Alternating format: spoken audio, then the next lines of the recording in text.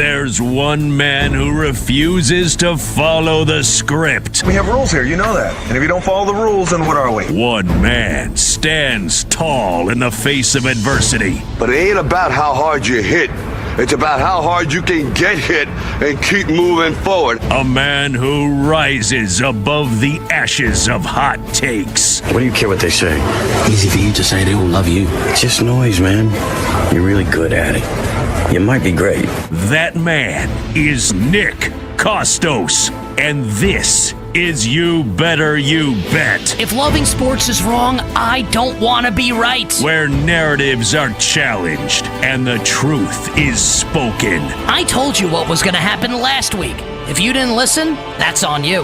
This isn't talk, it's perspective. It's not what you look at that matters. It's what you see. This is You Better You Bet, presented by BetMGM on Westwood One Sports. What's up, everybody? Happy and merry, wonderful Sports Wednesday to you and yours.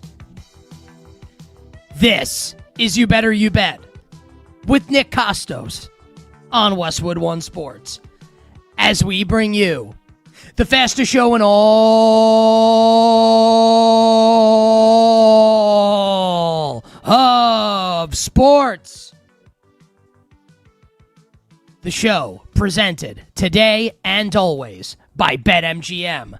Make it legendary by downloading the BetMGM app and visiting BetMGM.com. And on this Wednesday morning, the world of sports on fire. And we are going to get to all the big stories, including why the New York Football Giants need to trade Dexter Lawrence. And really, they should have done it yesterday. Here's the good news. Today's a new day. Today is a great day for the New York Football Giants to trade disgruntled defensive tackle Dexter Lawrence. We will bring you the latest on the contract impasse between Lawrence and the New York Football Giants coming up in a little bit. Also, are the Dallas Cowboys going to trade up into the top 10 of the NFL draft? I've been saying it on this show for a month. It seems like everybody is starting to come around now on that idea. And we will react to and play you the audio from one of the best coaching meltdowns in a press conference this decade. It is very much worth your time. We will play that for you in the final hour of the show. All our bets for tonight will close out the show in the final hour in the Power Hour. We look forward to that, and I'll just tell everybody right now, I'm going back to the well with them Tampa Bay Rays. Beat the White Sox yesterday. Oh, we're going back to the well today with Tampa to take down the Chicago White Sox. And, of course, our bets for tonight's games in the NBA play-in, Philly and Orlando, Golden State, and the Clippers. 310-840-4910. Shout out to everyone watching on YouTube, youtube.com/@thekostos. Subscribe to the show there, youtube.com/@thekostos. You can tweet me, hit up the show on Instagram, send me messages, hate messages, love messages, whatever you want, at the Kostos, TheKostos. And shout out to everybody right now listening to us on KOTV AM 1170 across 4 states, one of our new affiliates. So shout out to you if you are listening right now on KOTV AM 1170. We officially begin the wonderful Sports Wednesday edition of You Better You Bet with an electric start to the NBA playoffs. 7 seconds, ball to drive, and ball lays it in! There's no timeouts left for Miami. Charlotte up by 1. The drive, it's over! Mitchell got negated! The Hornets win it! The dance, the drive, and hit score! Foul! And the Blazers by 1! Oh, man. What more can you ask for? Night 1 of the NBA postseason. Hornets 127, Heat 126 in overtime in game numero uno. And in game numero dos, I tried to tell you yesterday, Israeli Giannis. He's not as good as Giannis, but he's really good. Deni Avdija, a casual 41 points. The game-winning and one on a sick drive to the basket where he basically knifes through a couple defenders, layup, hoop, and the harm. And the Blazers beat the Suns 114-110. So Charlotte advances to Friday night and will play the loser of tonight's game with Philly and Orlando for the right to play Detroit in round 1 in the 1-8 matchup in the East. Portland is your 7 seed in the West. Will take on, and probably lose to, the San Antonio Spurs, but great job by the Blazers. And the Phoenix Suns on Friday night will host the winner of tonight's game between the Golden State Warriors and the LA Clippers for the right to get swept by Oklahoma City in round number 1, the 1-8 matchup in the Western Conference. And we can only hope, as sports junkies, that this, an omen, a harbinger, a sign of things to come, that the NBA playoffs can be as good throughout the next 2 months as it was on night number 1. Just absolutely, absolutely awesome stuff last night. Entertainment from start to finish. Except when Amazon Prime went out for about 2 minutes at the end of regulation of the Hornets Heat game. That wasn't great. At the end of overtime of the Hornets Heat game. Great job otherwise, though, by Amazon Prime. Ian Eagle and Stan Van Gundy, courtesy of the first call of the end of the game with LaMelo's layup and the Davion Mitchell rejection as the Hornets beat the Heat. And then Kevin Harlan with the call in the nightcap of Deni Avdija's game-winning and one. Let's start with the Hornets and the Heat. This was, and Blazers Suns was a really fun game. Hornets Heat was way better. And that's not meant to be an insult, right, to Portland and Phoenix, which was a really fun game. It came down to the wire. And Phoenix had a chance at the end after the Avdija and one to potentially win it. I don't know why. All of a sudden, Jalen Green decides, this was Jalen Green saying, you know what, Devin Booker, take a back seat. Dylan Brooks, don't worry. I got this. A billion shots taken by Jalen Green. Jalen Green had a chance to potentially win the game for the Phoenix Suns. What do you know? He bricks the three-pointer. It's not easy being Green. Jalen Green. So fun ending with Blazers Suns, but we can keep it real. Keep it a buck. Keep it 100. Hornets Heat was the MVP of last night. Just a tremendous, tremendous sporting event. Was it the most well-played game in the history of games? No. But it was still massively, massively entertaining. And part of the reason for that is because of the crowd in Charlotte, which was electric from start to finish. There was one instance where, like, we can't play you audio from it because it was a visual thing, where you have all these different people in the crowd, black, white, men, women, fat, skinny, ugly, good-looking, all dancing to the music that they're playing in the arena in Charlotte. It looked like such a really fun, great party atmosphere. It looked like it was absolutely tremendous. The crowd was great. It was like if like a restaurant you really loved closed down for like a decade, right? And then reopens. And everyone goes there that night to celebrate. And the food is, it's above average. Maybe you want to say it's very good, but it's not great, but it's very good. But man, the ambiance and the camaraderie makes it a memorable night and makes it a memorable experience. After so long with no playoff basketball at the Hive in Charlotte, it was tremendous to have it back last night. And the game, I think, lived up to the billing of being the first play-in game, the first playoff game of the year in the NBA. Unfortunately, and this is going to be remembered, last night's game, as the LaMelo Ball game for a number of different reasons. I would love to have come on the air here today, especially with the way I talked about the Hornets yesterday on the show, right? And how I'm rooting for Charlotte. I want to see Charlotte-Detroit in round one. I think it's the most fun series. It is very unfortunate, and I don't want to have to do it, but we have to talk about the negative that happened last night with LaMelo Ball. The negative that happened last night with the Charlotte Hornets. That I think got Charlotte over the finish line and cost Miami a chance at playing for the 8 seed coming up on Friday night. Now, in case you missed it, and I doubt you did, because it was the biggest thing that happened last night in sports. Early second quarter in last night's game. Charlotte's up by 4, but it's 30-26. We're very early in the game. LaMelo Ball driving to the basket, like, gets fouled, there's no call, and he's like bitching on the ground about no foul call, whatever. So he goes to the ground. He kind of gets tangled up with Bam Adebayo, but like actually like he's Johnny Lawrence in Karate Kid, like against Daniel LaRusso in the All-Valley Championship, like sweeps the leg. Like grabs Bam Adebayo's ankle and like pulls it up, and Bam falls, like crash, and he's a big dude, obviously, Bam Adebayo, crashes to the court, has to walk into the tunnel, and he's done for the night. And this was, and again, like, think about me here, right? And the way I talked about this game yesterday. I went so far to say, tongue-in-cheek, of course, that if you're not a Heat fan and you're not financially invested in the Miami Heat, that you should go to hell. Eternity in hellfire. Eternal damnation. If you actually root for the Heat, if you're not a Heat fan and you don't bet on Miami, why would you want the Heat to win this game? They're not that fun. They have absolutely no chance against Detroit. At least Charlotte would be fun against Detroit. Charlotte, a really fun, exciting team.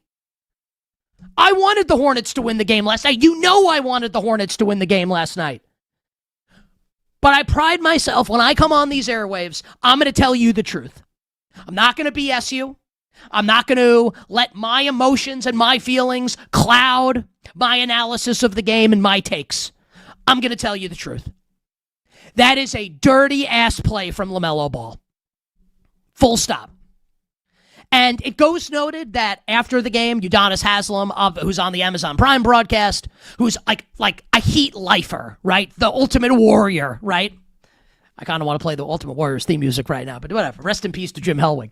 Udonis Haslem says that LaMelo Ball's not a dirty player. So, like, if Udonis Haslem's going to say that, then I don't want to turn this into, even though LaMelo has, like, literally tripped Bam Adebayo in the past. Like, this has happened before with these two guys. I don't want to turn this into LaMelo Ball's a dirty player. I don't think we need to do that. Although I got tweets from people that seem to indicate that they believe that that is the truth. I don't want to turn it into that. Let's leave it at just this and this isolated incident. It's a dirty play. no matter what LaMelo says, and he did say after the game, I apologize, I hit my head, I basically didn't know what I was doing. Even if that's true, and let's say that he didn't intend to have this happen. I don't know. I'm not in his head. I don't know. The fact that it happened, like something had to happen as a result of that. Whether it's a flagrant, you could even argue he should have been ejected for it. Do you know who thinks that? Miami Heat head coach Eric Spoelstra. Take a listen to what Spo said after the game about this incident. I don't think it's cute. I don't think it's funny. I think it's a stupid play. It's a dangerous play. Obviously, our best player is out. I'm not making an excuse. The Hornets played great, and they made those plays down the stretch. We had our opportunities to win. I just, that's a shame. He should have been thrown out of the game, for that. He's right. Eric Spoelstra's right. I wanted the Hornets to. I bet Miami plus the points because I thought the game would be close. I thought for sure we were going to lose that in overtime. I wanted I wanted Charlotte to win. Eric Spoelstra's right. LaMelo should have gotten thrown out of the game. And Bam Adebayo is Miami's best player. And it's not just because of the 83-point game earlier this season. And I think that we can say and be correct about it, right? If that doesn't happen and Bam's healthy for the game, who wins? Who wins the game? Be honest. And this is not like, oh, well, if Miami wins and then maybe they beat Orlando or Philly and then it's like a magical run like they've had in the past. No. Like, they're not going anywhere in the playoffs. They weren't. So this is not like this cost Miami a chance at a playoff run. That's not what happened. But I mean, the fact is the fact. Charlotte barely won the game, and Miami basically played the vast majority of the game without its best player. And he went out on a dirty play by LaMelo Ball. The facts are facts. Like, I don't want to say, like, disgraceful or anything like that because I don't know intent. But the fact is, that's what happened, and he should have been punished for it in the moment. And he wasn't. And Charlotte absolutely got away with it. Now we can talk about the actual game and what happened. Because LaMelo is the story. It is undeniably the LaMelo Ball game. Because not only does that happen with LaMelo, where he trips Bam Adebayo, but LaMelo has the game-winning layup that we played for you earlier, makes the layup on a great drive to the basket, and then great defense by Charlotte to reject Davion Mitchell's potential game winner on the other end. But LaMelo, prior to the game-winning layup, was involved in, like, this was something out of, like, the NCAA tournament. Like, LaMelo Ball should be better than this. And I love that, like, Zion James was involved in this, the former Duke player. And it's just like watching Charlotte melt down at the end, like unable to get the ball past half court. It's just fitting that James and Knipple are on Charlotte. Knipple couldn't even be on the court at the end of this game. He was so bad in the game last night. We'll get to that in a second. But LaMelo and Zion end up turning the ball over, and then LaMelo fouls Tyler Hero on a three-point attempt. Ridiculous. And Hero makes 3 free throws to put Miami up 126-125 before LaMelo would make the game winner. LaMelo shoots 2 of 16 from 3 in the game. Couldn't buy a bucket, but you have to give him credit. When it mattered the most, he made the shot to put Charlotte up, and the Charlotte Hornets eventually do win the game. And we can spin it forward for Charlotte and what's coming up next for them in a moment, but I need to say this, and I don't want to. I really don't. I am a lifelong, diehard New York Knicks fan. I hate the Miami Heat. Now, that doesn't mean I won't bet on them. That's not what it means. If I had my druthers as a sports fan, the Miami Heat would never win another game. Like, we all have teams. Like, I'm a Yankee fan. I hate the Red Sox. I don't like the Miami Heat. I don't like the Chicago Bulls. I don't like the Indiana Pacers. And a lot of times, those teams have gotten the better of mine. I'm just saying, as a sports fan, that's how I feel. I give you that to now give you this. How do you not walk away from this game, if you didn't already, which you should, with, like, infinite respect for Miami and Heat culture? Seriously. Like, they They don't have their best player almost the entire game, and they almost went on the road. That is a ballsy, gutsy, impressive performance from Miami, and they absolutely couldn't. You can argue they should have won the game with some great shot making by Charlotte with Brandon Miller and Kobe White, who was amazing in the game. How about the Chicago Bulls? Hey, Charlotte, here's Kobe White for a ham sandwich. Like, Ayo Dosunmu, now we could trade you for a bag of bricks. No wonder the Bulls fired everybody. They literally handed Kobe White on a silver platter to Charlotte. Charlotte's like, oh, you want to give us this freewheeling, swashbuckling, microwave scorer guard to come off the bench with the way we like to play? Okay. And Kobe White's amazing in the game. And the Bulls are watching from home. Just like you can't make this stuff up. Charlotte should send the Bulls and Karnisovas and company, wherever the hell he is right now, send them a fruit basket. Because without Kobe White, they don't win that game last night. Brandon Miller and Bridges with excellent shot making as well. LaMelo and Knipple couldn't hit water if they fell out of a boat. And Knipple couldn't even play at the end of regulation and overtime, was literally benched for the guy that might win Rookie of the Year. So now, and I really, and I was talking about this with the crew before the show, I don't want to turn it into like, is LaMelo is he going to be punished? And so I have no idea. I'm going to assume the answer to that question is no. I'm not saying it was his intent to hurt Bam. Not saying he's a bad guy or a dirty player, just that, like, it was a dirty play. So now, Charlotte moves on Friday night, and they will play the loser of tonight's game with Orlando and Philly and go on the road. And I want them to win. I'm not going to be dissuaded from my Charlotte fandom here in this postseason just because of what LaMelo did, even if I acknowledge it was dirty. Diabate was great last night. Like they're a fun team, and they play hard.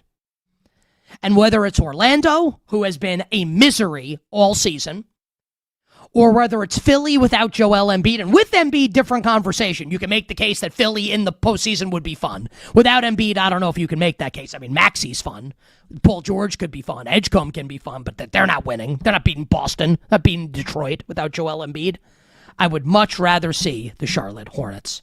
So let's go Charlotte, buzz coming up on Friday night. And as for the Miami Heat, quickly on Miami and what's moving forward for them. Couldn't even get out of the play-in. Lost 10 of 15 to end the regular season. And if Bam's healthy, I think they win, but he didn't play it, didn't finish the game, and they lost. At what point does Pat Riley say, enough's enough, and it's time for a change? One way or another, I think Miami will make some type of move. Whether or not that's trying to acquire Giannis or something else, the Heat cannot keep this status quo and expect to win. No disrespect to these two players, and I mean that. You are not winning anything in the NBA if your two best players are Bam Adebayo and Tyler Hero.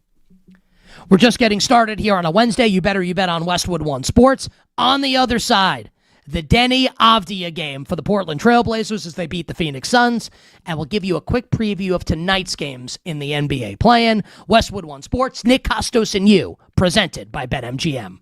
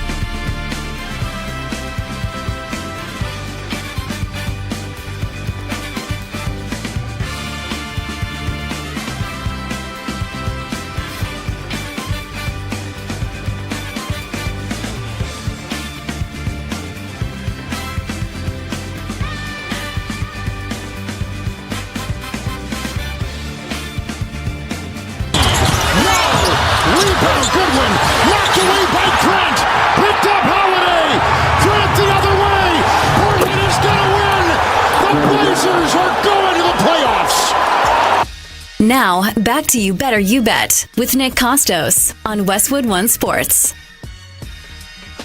Kevin Harlan with the call last night on Amazon Prime. The Deni Avdija game. 41 points, 7 boards, 12 assists. Israeli Giannis. He's not as good as Giannis. Just that their play style, I think, is a little similar. But he is tremendous. And I told you yesterday, don't sleep on Avdija in this game. I thought Phoenix would win the game. I never expected Jalen Green would take 12 more shots than Devin Booker. That's crazy to me that happened. But I did tell you yesterday, don't sleep on Deni Avdija. He was outstanding last night for Portland. Shoots 13 free throws, constantly gets to the line, makes 8 of 13 attempts. Drew Holiday was terrific. What a shock. Proven playoff performer. Well, even Jeremy Grant in his first game in about 3 weeks, you heard he had the game sealing dunk with less than a second to play. 16 points for him in 19 minutes. And Donovan Clingan, lurking like the Loch Ness Monster underneath the basket, ready to reject or impact any shot that comes his way. He is great. How about Tiago Splitter? How about it? It's early in the season, head coach gets arrested. All good. Gambling scandal. Your standard fare. Here's Splitter taking over. The Blazers are the 7 seed. And this validates their season. It validates this rebuild that they're on, that they're able to get to this point. And if you're the San Antonio Spurs, and I'm not picking, absolutely not picking Portland to win the series. San Antonio will win the series. Pending Wemby's pending health, obviously. San Antonio will win the series. Portland's going to beat the hell out of them in that series. It'll be vice versa. San Antonio's going to beat the hell out of Portland. But if you're the Spurs, now your potential path is not an easy, they'll win, but I don't think they're rolling over the Blazers in round 1. Denver in round 2, or Minnesota, probably Denver, but either is bad, and then Oklahoma City. I did not like what the Spurs did in game 82. Great job by Portland. Great job by Avdija. The Blazers advance to the playoffs as the 7 seed in the Western Conference. And like I told you with Phoenix, Jalen Green, 29 shots. Devin Booker, 17. Perhaps you'd like to say, well, they're doubling Devin Booker. Great defense by I don't care. I don't care. You can't have a playoff game where Jalen Green is taking 12 more shots than Devin Booker. I think it's ridiculous. Jalen Green with the shot at the end of the game, a season on the line. Here's Jalen Green. Didn't love it for the Phoenix Suns. Now, Suns season not over. I do think Phoenix will be the 8. I'll pick Phoenix to win against either the Clippers or the Warriors coming up on Friday night. And it's not like Phoenix was going to beat San Antonio anyway. Just I think you would have wanted the game to go differently if you're a Suns fan. Again, to kind of validate what's been a great season for them in what was being called a gap year for Phoenix. Not in the same way it's a gap year for the Celtics, but after trading Kevin Durant, wildly exceeding expectations did the Phoenix Suns. Quick thoughts on tonight's games, and we'll finalize our bets at the end of the show. We'll bring Kenny on, we'll bring Tyler on, and we'll bandy it about. Justin Termini from SiriusXM NBA Radio will join us next hour to discuss as well. Sixers, a 1.5-point favorite against the Orlando Magic, 222.5 the total. Winner plays Boston in round 1. The over has been getting bet, and that's something that Drew Dinsick, our guest yesterday from NBC Sports, our betting analyst for them, he talked up the over. It's gone up a full point. I do like the over in the game. The thing I feel best about, I think Paolo Banchero balls out tonight. I think we get a great Paolo Banchero game. And he has been, for all his regular season foibles, and there are many, he's been a pretty awesome playoff performer. You can call him PB no J, Paolo Banchero no jumper in the regular season. He has been really good in the playoffs. 23.5 his points prop tonight. I like the over on Banchero. A lean for me towards Orlando to win tonight's game. I don't think I'll bet the side of the game. And then the nightcap, the Clippers and the Warriors. I think either team will lose to Phoenix on Friday night. I do like the Clippers in the game. I don't know if I'll lay LA. Steve Kerr saying yesterday that there's a minutes restriction on Steph Curry, on Kristaps Porzingis, and on Al Horford. Does this sound like a team that's terribly interested in advancing to be the 8th seed of the Western Conference playoffs? So a lean for me tonight towards the LA Clippers. We'll finalize our bets at the end of the show. We'll take a break. And the next 2 segments devoted to the National Football League.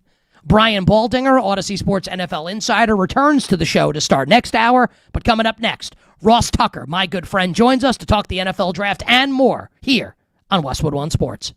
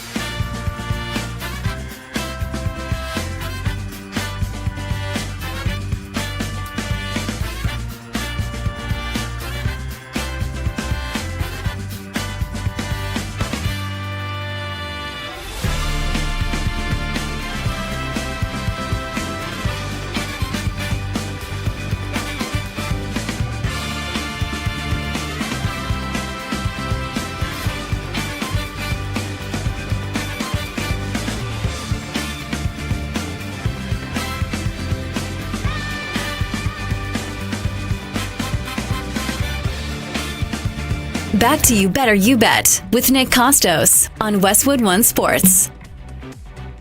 We want you to be a part of the NBA playoff action when you bet with Boosted Odds. Activate your odds boost token for any bet on the NBA playoffs tonight. I like Paolo Banchero over 23.5 points for the Magic against Ross Tucker's Philadelphia 76ers. We'll hear from Ross coming up in a moment. You'll receive a bigger payout if your bet wins. Get ready for tip-off with BetMGM. Download the BetMGM app today. And this segment on You Better You Bet, sponsored by Progressive Commercial Insurance, protecting small businesses with affordable coverage options. Get a quote today at progressivecommercial.com, progressivecommercial.com. Joining us right now on the show, the aforementioned, my good buddy, one of the best in the business talking the NFL, at Ross Tucker NFL on social media, Ross Tucker Football Podcast, my friend Ross Tucker. Ross, we are 8 days away from the NFL draft. Great time to be alive. How you doing, my friend?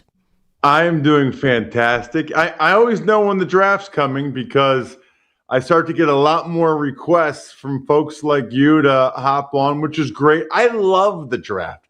The draft is like college football and the NFL having a baby, and I love that baby. I mean, I still distinctly remember in college, we'd have practice in the morning like sophomore year, and then we'd get like 5:30 packs and just sit there all day. I got to be honest with you, Nick, I miss when the draft was kind of Saturday, Sunday. Yeah. Because all day Saturday, we were just there watching highlights of Booger McFarland or whoever, and it was amazing. It's cool. The Thursday night primetime, Friday's cool, but there was something special about that, like Saturday. I'm glad, let's put it this way, when I was in college, it was like an all-day Saturday event.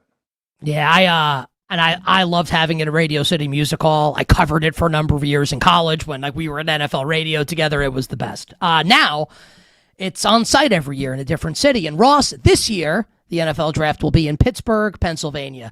And I've done it a couple times on the show, and I did it yesterday again. Just like, it's 2026. We don't know if Aaron Rodgers is playing this year. The Steelers apparently don't know. Their coach is Mike McCarthy. They're like recreating the 2018 Packers that everyone agreed at the time, like there needed to be a divorce and needed to move on. I think it's likely, not 100%, that Rodgers will make a decision at some point in the next, let's call it week, probably come back before the draft. We know that's what Art Rooney said. That's what they want.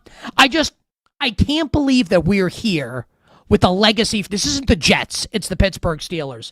What is Ross Tucker's opinion on what's happening with the Pittsburgh Steelers and Aaron Rodgers? I got to tell you, it's a really good point by you about the 2018 Packers. A really good point. It's so funny. Imagine saying out loud in 2018, okay, when McCarthy and Rodgers didn't like each other anymore, or whatever was going on there, right? And maybe absence makes the heart grow fonder. But imagine saying out loud or thinking, they'll both go to other teams. They'll both be with other teams for multiple years. And then in 2026, they'll rekindle their relationship in Pittsburgh with the Steelers. The Steelers don't feel to me like a retread organization. The Steelers are like, hey, we draft and develop our guys, Cam Hayward and TJ Watt and Le'Veon Bell, Ben Roethlisberger, whatever. We identify coaches that are young, up and coming, Chuck Noll, Bill Cowher, Mike Tomlin. It's almost, I don't know what the goal is other than they're desperate to try to do whatever they can to win a playoff game. But it just doesn't feel like, I, living in central Pennsylvania now, Nick, I have a lot of friends that are diehard Steelers fans.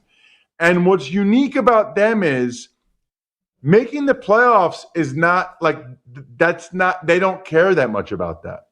Like their standard, and I go back and forth with them on this, but their standard is like winning playoff games, getting the conference championship games, getting the Super Bowls, winning Super Bowls.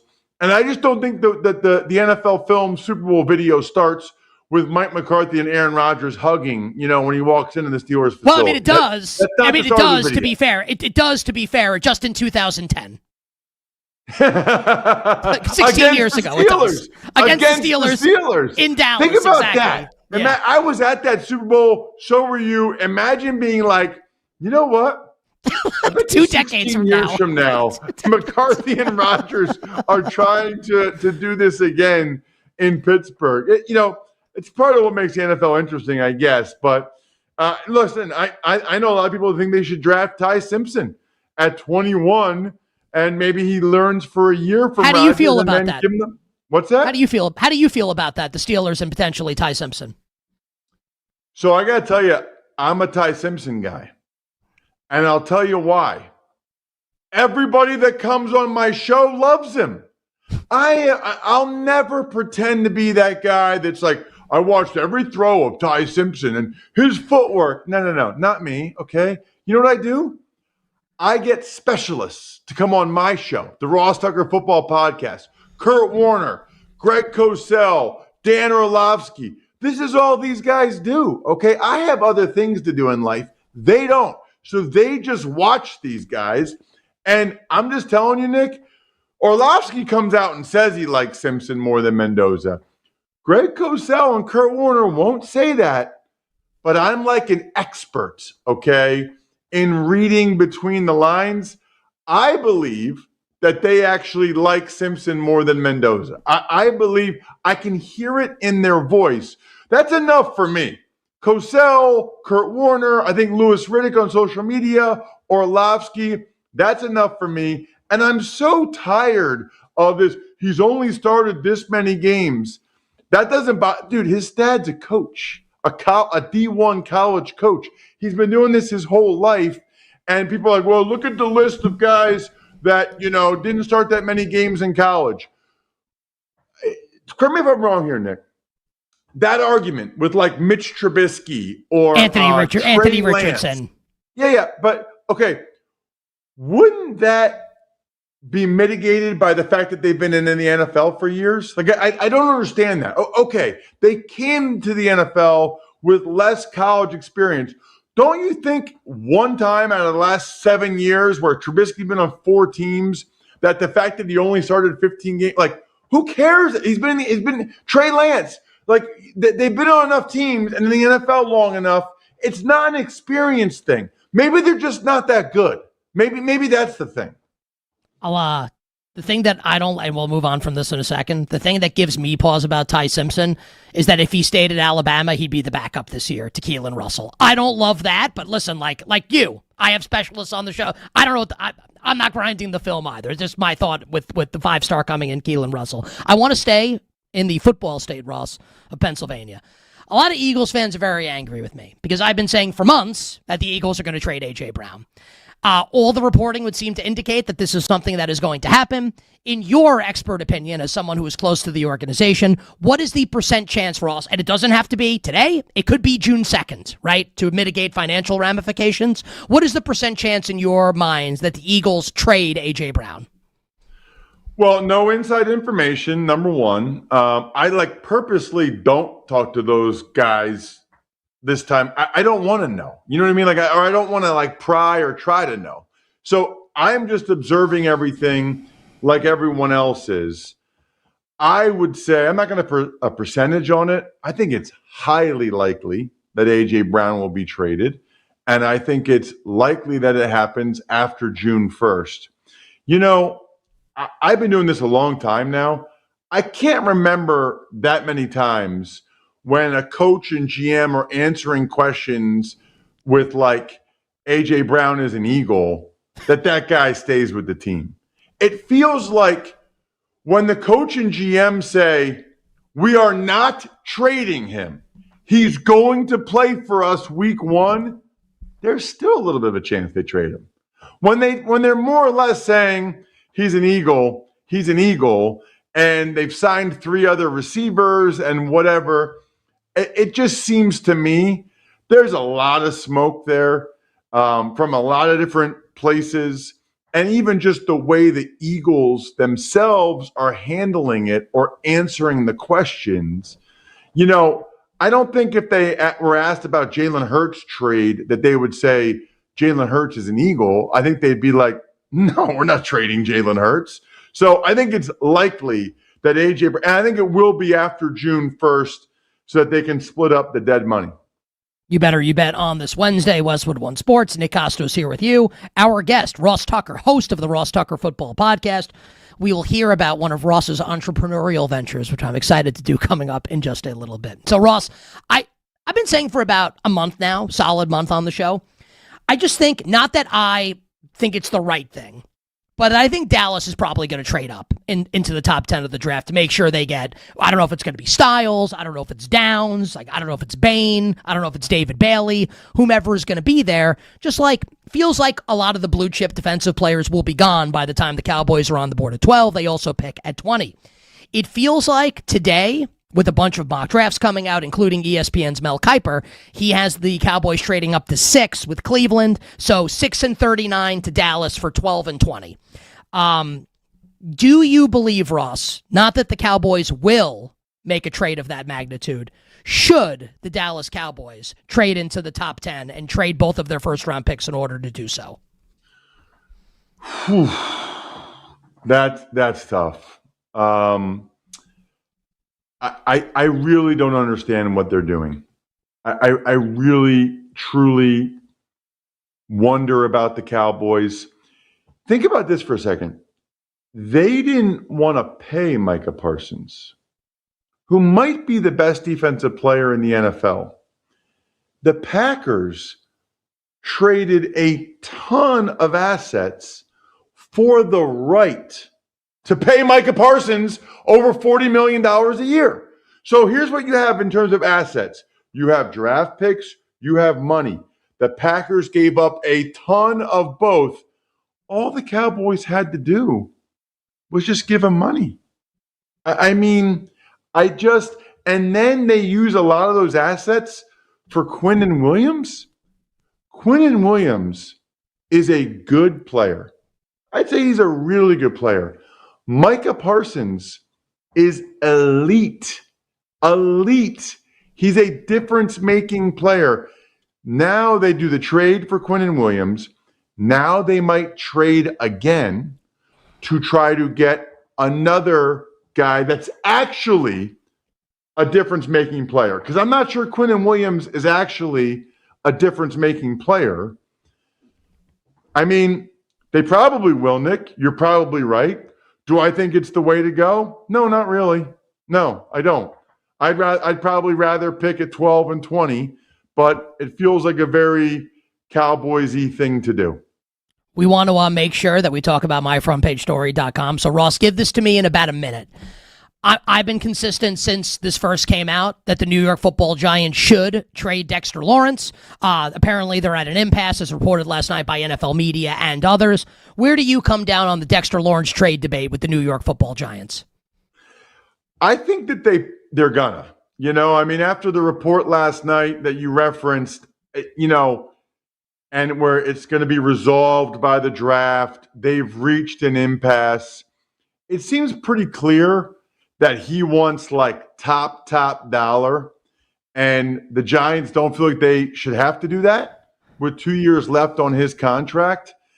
I'm not typically a big believer in trading players as good as Dexter Lawrence. You try so hard to draft a guy that's that good at that position. I could make a strong argument D tackle's the second most important position in the sport. However, it's a new regime, or at least a new coach. They didn't change the GM. That's like a 45-minute segment for you and I at some point. But they did change. I think we lost Ross's video there for a second. Let's see if we can get Ross. Oh, Ross, you're back. You were saying on Dexter Lawrence. Wrap it in 20 seconds. We could talk my front page story. Yeah. It just feels like with John Harbaugh, he doesn't want to have this negativity. Clean slate. If you can move someone that's unhappy, get a first-round pick, it makes sense to me. Ross, tell the people about myfrontpagestory.com because Mother's Day is right around the corner. Yeah, what's it 2 weeks away? I'm showing it to you. For those of you watching, those of you listening on all the radio affiliates, just know it is the best Mother's Day gift of all time, whether it's for your wife, your mom, your grandmother, or all three. She will cry. You will win. Make sure you say to the writer or put in the email, I never thank her enough for all little things she does. Just being able to say to them, I want to do something special for you, Mom. So I had a story written about you. It will be the coolest gift your wife, mom, and or grandmother, or all three, has ever gotten for Mother's Day. I guarantee, if they don't say that, Nick Kostos will give you your money back. MyFrontPageStory.com. He's got the big Westwood One. You bet money now. MyFrontPageStory.com with the Nick Kostos financial guarantee. You're the best, buddy. Stay well, and we'll catch up with you down the line. Sounds great. See you, dude. My friend Ross Tucker joining me here on You Better You Bet. Oh, interesting stuff from Ross on the Steelers and the Cowboys. Hour 1 done. Hour 2 for you coming up on the other side. We start the hour. Brian Baldinger returns to You Better You Bet.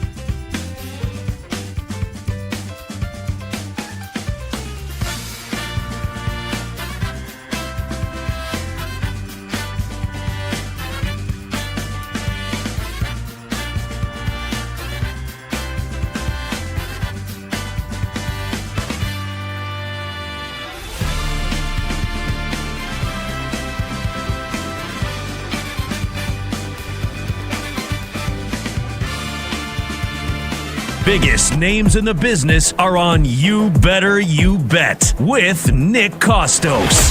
Hey, this is Joe Buck, and you have done it. You have found it. You are listening to You Better You Bet. Great decision.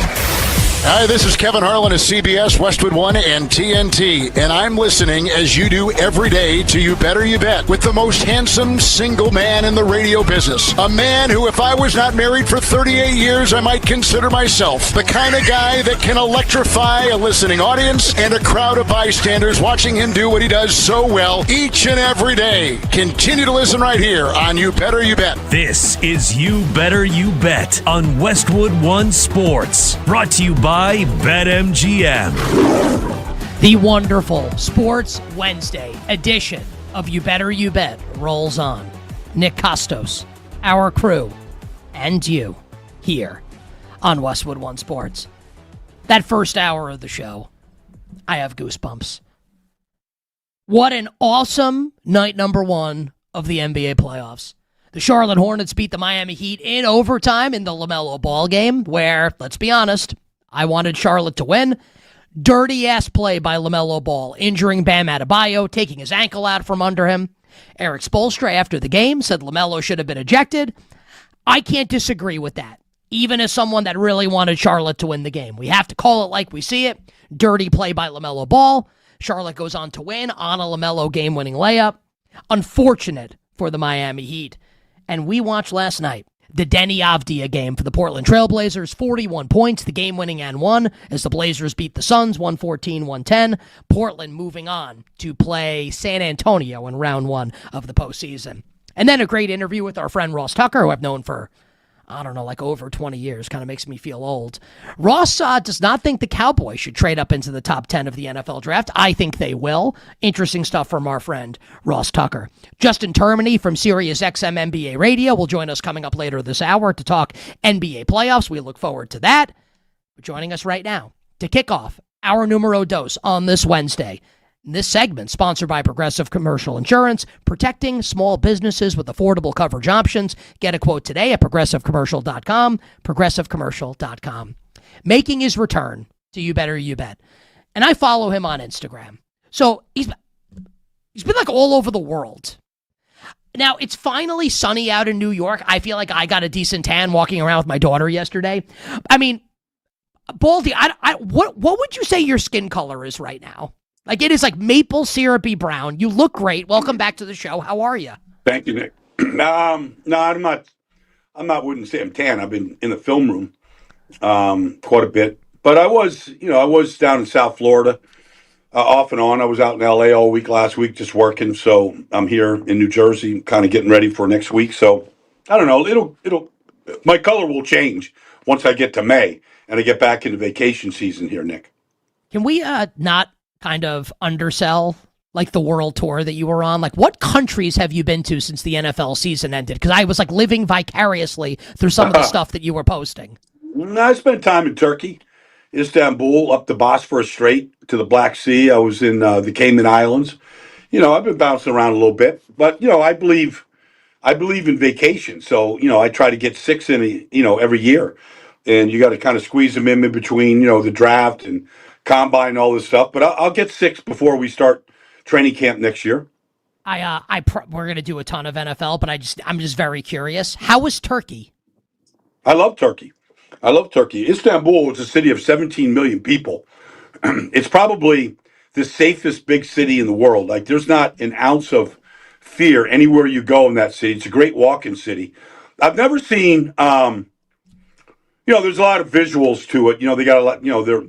They got a very historical area down there with the Blue Mosque and all that stuff that goes on down there. But, it's the city has basically the retail is never out of season.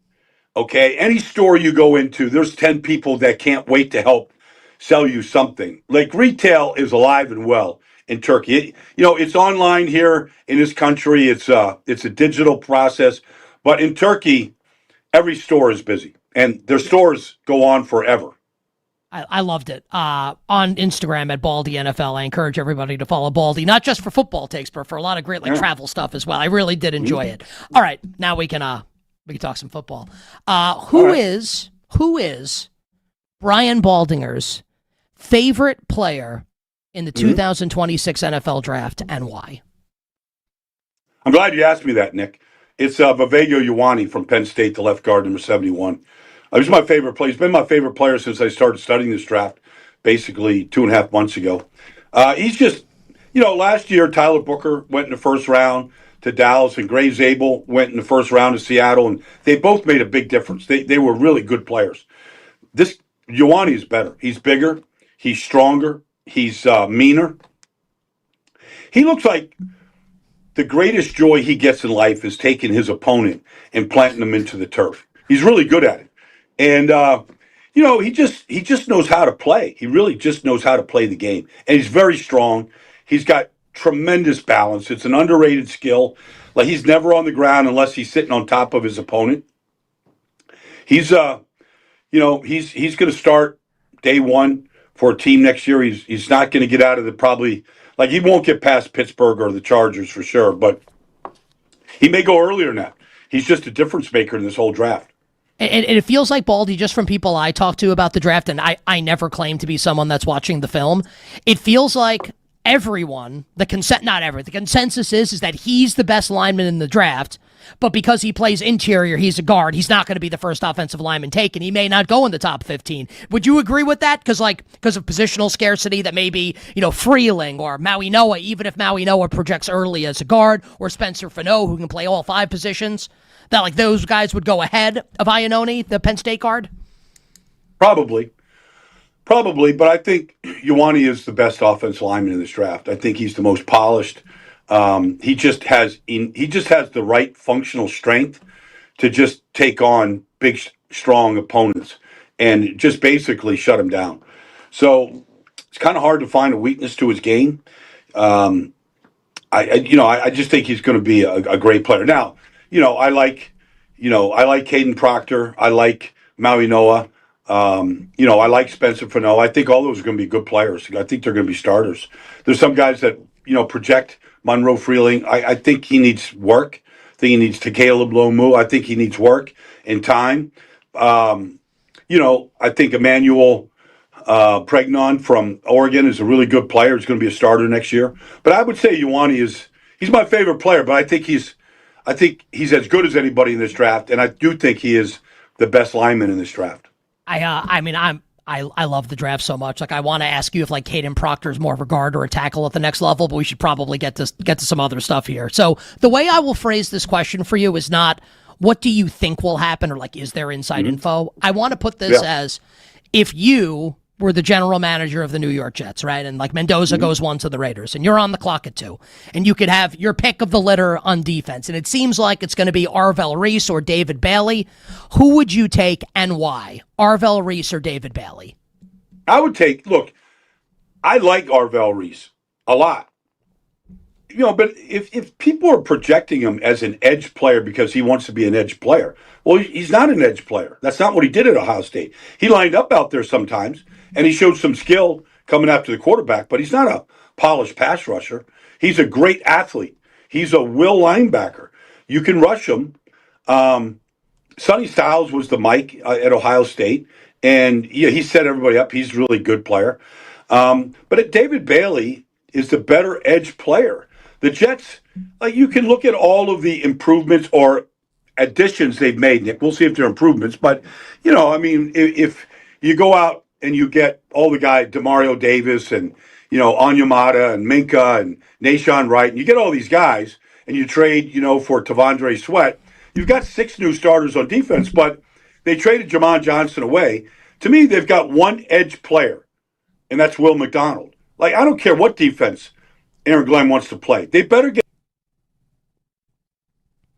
I think we lost Baldy's cell connection. Baldy's doing this on his cell phone on video, so we'll try and get Baldy back up and running. Tyler, you have Baldy's number. Just write it in the chat so we can communicate with Brian Baldinger. If not, I will type it in the chat here for a moment without boring everybody with the details. Just want to make sure that we can get... Okay, Tyler will contact Baldy, and we'll see if we can get Baldy back up and running here in a moment. I think that's fascinating. And I think Baldy backed up his rationale pretty well there, right, on why he would prefer David Bailey over Arvell Reese. I I can't get there personally on that. I just think Arvell Reese's upside is higher than Bailey's, and Baldy's back with us here. Baldy, you were in the middle of saying, the Jets have 6 new starters on defense, but only one legit edge player in Will McDonald, so you would take David Bailey over Arvell Reese. Please continue. I would take David Bailey. I just think he's got the best start of anybody. I got a chance to meet him, watch him live against BYU this year, announce that game for national radio, and that's not to knock Arvell Reese. I don't know if Arvell Reese has a higher upside. I was on a podcast with Von Miller last week, and, if you just look at just the measurables, Von Miller's going to Hall of Fame. But he's basically Von Miller's size and speed. He's 6'3", he's 250. He runs a 4.5 40. He's got a great takeoff, electric first step. Arvell Reese can come off the edge.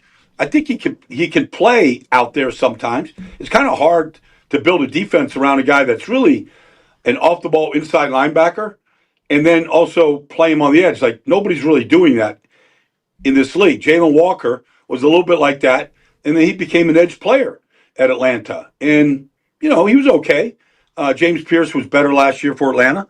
But I just think it's a hard thing to suddenly become, an every down pass rusher that they need. He just hasn't demonstrated that yet. I want to stick with Ohio State, and another one of their defenders is expected to go top 10 or very early in the draft. We had Greg Cosell on the show yesterday, one of your colleagues at NFL Films, and he compared Caleb Downs, the Ohio State safety, to Xavier McKinney, just in terms of their range and body type. He's less of a Nick Eamon-Worry, less of a Kyle Hamilton, and more of a that type of safety. And Xavier McKinney's a good player. I hear that, Baldy, and I think not a guy I want to take in the top 10, but I'm not an expert on this stuff. Do you believe Caleb Downs from Ohio State, the safety, is worthy of a top 10, top 15 selection, and why? Mm-hmm. Well, he went to Alabama as an 18-year-old freshman, started day one, led the team in tackles, went to the playoffs, Nick Saban's last year, and, started and was the quarterback of the defense, basically, as an 18-year-old. And then, Nick, leaves, and he transfers to Ohio State, basically plays every game, win the national championship with them. I think he's better than Xavier McKinney. I know Xavier McKinney had 9 interceptions first year in Green Bay, but I think he's a better player than him. I think he's a better tackler. I think he's a more physical player. I'd say he doesn't have the size of Derwin James, but I think he's more like Derwin James than Xavier McKinney. He could play in the box, he could play in the slot, he could play, in the deep half of the field. Xavier McKinney is kind of a pure free safety. This guy has a lot more flexibility and versatility than that player. You bet on this Wednesday. Westwood One Sports. Nick Kostos here with you. Our guest, the great Brian Baldinger, Odyssey Sports NFL Insider, on Twitter and Instagram at Baldy NFL.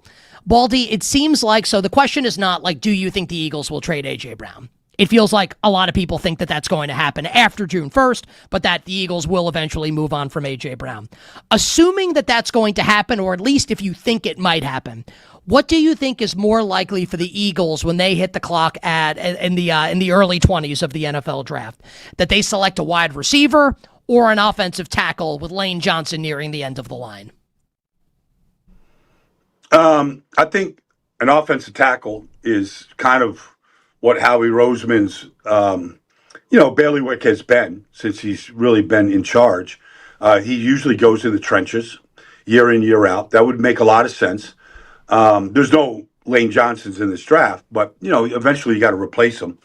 But I think that's a possibility. I also think, look, you out and you make a trade for Dontavian Wicks, you add Hollywood Brown, you add Elijah Moore, you've got a true number 1 wide receiver in Devontae Smith. I just think Kenyon Sadiq would make a lot of sense. They don't have a tight end under contract next year. Dallas Goedert has been a good player for him. Had 11 touchdown catches last year. He was phenomenal, finishing drives. But Kenyon Sadiq would add a playmaker, speed, a position of need. I don't know if he'll be there at 23.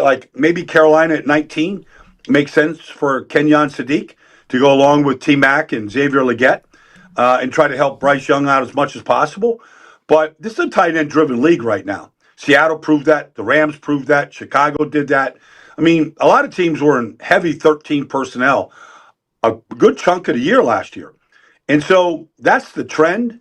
And Sadiq is the best tight end in this draft. Like, if you want to make a splash, go get Sadiq if you're Philadelphia. We're talking in the show chat. I have a couple of Eagles fans in the show chat. I love that, especially with the way Jalen likes to play quarterback. Here's this huge weapon over the middle, like boom, right over the middle of the field. I like that for the Philadelphia Eagles. Is Ty Simpson worthy of a first-round selection? Not will he go in the first round. Is Ty Simpson worthy, Baldy, of a first-round selection in the NFL draft? It's a gamble. It's a gamble. Look, he started 15 games. There's not a great selection. There's not a great history of quarterbacks that played that few games and became great players. It's just not. And I just think, look, he sat and he watched. Nobody really gets better at that position by sitting and watching. And these people that are out there saying, okay, draft him in the first round and let him learn. Okay, well, how are you going to learn if you're not playing at that position? Like, it's one thing if you played 40 games like Jackson Dart did and you get taken at the bottom of the first round the way the Giants did. He had 40 starts in 2 programs, learned Lincoln Riley's system, learned Lane Kiffin's system. Like, Ty Simpson hasn't done that.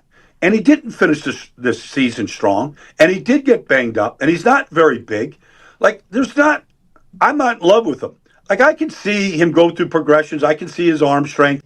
I can see his mobility. I see some of that stuff. But it's just not enough sample size for me. That takes me to a question I didn't think I was going to ask you, but now I feel like I have to. So we know Fernando Mendoza is going first overall. No matter what John Spytek, the Raiders GM, so teams are calling. That's great. You hang up the phone. Kirk Cousins gets introduced as the Raiders' new quarterback last week and says, Fernando's going to be a great addition to our quarterback room. Like, Mendoza's going to be the first overall pick. My opinion, Baldy, they can say what they want, that this is a meritocracy and the best quarterback's going to play. I don't think you give Kirk Cousins $20 million if he's going to be on I think Cousins is going to start, at least to begin the year for the Las Vegas Raiders. If indeed that's the case, I think it's going to be. I think money talks. I think like $8 million, okay, Mendoza plays. $20 million, I feel like Cousins is going to play. If Mendoza does not start the season for the Raiders, is that a mistake for him to sit and watch to begin his career? Well, look, Nick, you're asking the question and answering the question, which is fine. But, they got to have a plan for Fernando. If he's the best quarterback, then he's got to start. But in order to find out if he's the best, you better conduct the offseason, training camp, preseason in a way that gives him a chance. I remember when Matt Ryan was the 3rd pick in Atlanta, Mike Smith was the new head coach, they had a plan. And Matt, by the time he got to the 3rd preseason game, he basically won the position. I know that was a long time ago. It was 2008. But, why would you just anoint Kirk Cousins just because he got money? I mean, quarterbacks get money all the time, and they basically, they foil it. I mean, everybody's eating these quarterback contracts right now. $20 million is not a lot of money. It's an expensive insurance policy, but who else was out there? I mean, you want to have a guy that knows the system. All right, he was with Clint Kubiak for 3 years in Minnesota. He knows the system. That would be a good mentor for Fernando. But I wouldn't just say I'm good with starting Kirk Cousins start season because he got this money. You've got to have a plan. If Fernando's not ready, he's not ready. But you better have a plan to get him ready, because I do think it's a mistake if he's ready to play and you're just stealing reps from him because you paid Kirk Cousins some money. When Baldy speaks, I listen. Maybe that's a reason for me to kind of reevaluate my thought there on Cousins being the guaranteed week 1 starter for the Las Vegas Raiders. My friend, final question for you. If I told you that the Dallas Cowboys would trade picks 12 and 20 for a top 10 pick, let's call it, and a second rounder, whatever the trade is, to move up into the top 10 to select one of the quote-unquote blue chip defensive players, Styles, Downs, Reese if he drops, Bain if he drops, David Bailey, one of those players. Do you like that or dislike that for the Cowboys to trade 2 picks for 12 and 20 to go up to get one of those quote-unquote elite defenders? Well, they got a new defense coordinator in Parker Washington. I played in Dallas for 6 years. I know that the organization well. Christian Parker. In the 65-year history of the Dallas Cowboys, no defense was worse than the Cowboys last year. None. They gave up 511 points, Nick. They were horrendous. They couldn't play man coverage. They couldn't play zone coverage. They couldn't do anything well at all. So one player is not going to make a difference. But they better start adding some blue chip players. Like, I wouldn't trade 12 and 20 to get one really good player. I'd get myself an edge rusher, and I'd get myself a cornerback and maybe a linebacker if I was sitting there at 12 and 20. I wouldn't package that to move up. What's the best thing you ate in Istanbul? I like those Donner the Donner Bobs. Like everything was good. I mean, everything was fresh and delicious. But the Doners, Donner, like I could eat those things all day long, man. It's just good meat. Oh man, juicy lamb and beef blend. I'm looking at pictures of this right now. The lamb, oh my god, the lamb was really, really good. I think I had that at every meal. Yeah, good for you, buddy. I'm a carnivore. Good for you. Yeah. Yeah. Listen, and you look great, and regardless of what you think in the film room, I don't know if that's just the reflection of the light on the projector. You do have a nice tan. I appreciate it, my friend. Thanks for joining us on the show. We'll catch up with you down the line. You got it, buddy. Yeah, I'll talk soon. My friend Brian Baldinger joining me here on You Better You Bet at Baldy NFL on social media. Baldy very nicely, and you know what? He can very well be right. Told me, hey, like, you're wrong on Kirk Cousins and Fernando Mendoza. And when Baldy speaks, it's worth listening to. I don't have to be right. I think I'm going to be, but that is going to make me rethink my take on Mendoza and Cousins absolutely starting week 1. I do think Cousins will start week 1 eventually, but I have to acknowledge maybe that will be a freezing cold take from yours truly. We'll get to the NBA at the end of the hour. Justin Termini from NBA Radio, but on the other side, I'll give you my opinion on the Dallas Cowboys in the NFL draft and why the Giants need to trade Dexter Lawrence, and they needed to do it yesterday here on a Wednesday on You Better You Bet.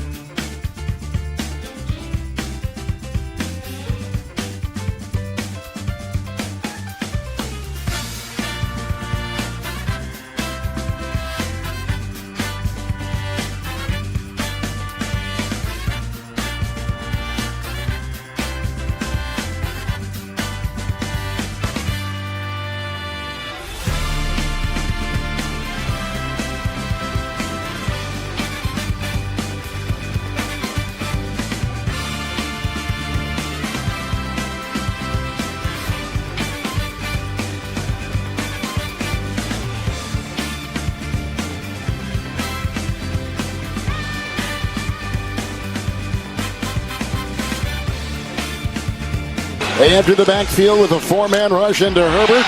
Batted down, picked off. Look who's got it. The big man, Lawrence. The quarterback can't get him. Inside the 5. Interception. Giants goal to go. Now, back to You Better You Bet with Nick Kostos and the crew. Presented by BetMGM on Westwood One Sports. Kevin Harlan with the call. Last season, we have an update on the Dexter Lawrence story. This coming courtesy of Pat Leonard from the New York Daily News. Now, last night, Ian Rappaport of NFL Media and others reporting that the Giants at a contract impasse with Dexter Lawrence, and we told you last week, Dexter wants a new contract. I think the Giants should absolutely trade him. I think the Bears are a team that makes a lot of sense at 25 overall. Pat Leonard has added to the report, writing this: the Giants and Dexter Lawrence are not at an impasse. The situation is more dire than that. The contract negotiations between the team and Lawrence's camp have broken off, sources tell Leonard and the New York Daily News. The Giants have been speaking to teams about possible trades for the star defensive tackle, and there is, quote, significant interest around the league in acquiring him. This is the easiest decision that anyone has ever had to make in the history of anything ever. In the history of life. Like, you're in high school, and the girl that you've been crushing on tells you she wants to go to prom with you. Would you say no? I win the lottery. I have the ticket. And I say to you, would you like this ticket instead? What would you say? Would you say no? No. You'd say yes. Imagine a world where the Giants don't trade this guy. Don't trade him. Is he a good player? Yes. Has Dexter Lawrence been a great player at points? Yes. Is he worth this headache? Absolutely not. 36, 79, and 1 since they drafted him. Holding them up like for ransom here. Demanding more money. Get the hell out of here. Like, see ya. Giants have lost 1 million games with Dexter Lawrence. They can lose without him. Send him to Chicago. Send him to the Chargers. Send him to the Bills. He can be awesome for those teams. This is not, is Dexter Lawrence bad? He's awesome. He's a really good player. The expiration date's been reached with this team.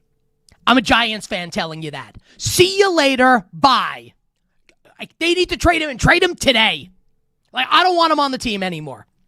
Get another first-round pick, and let's really kick this rebuild under John Harbaugh into high gear. Ridiculous that there are people that think the Giants need to work this out and kowtow to this guy that they've won nothing with. Not like trading Lawrence Taylor, okay? That's not what this is. And you might, oh, well, what about the Browns and Myles Garrett? Like, the Browns didn't win last year. Myles Garrett set the sack record. Who do you think's better?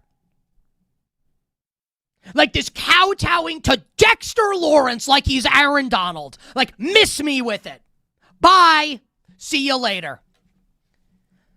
Another piece of breaking news we got. This one courtesy of Chris Haynes, who covers the NBA as an insider for Yahoo and does TV as well.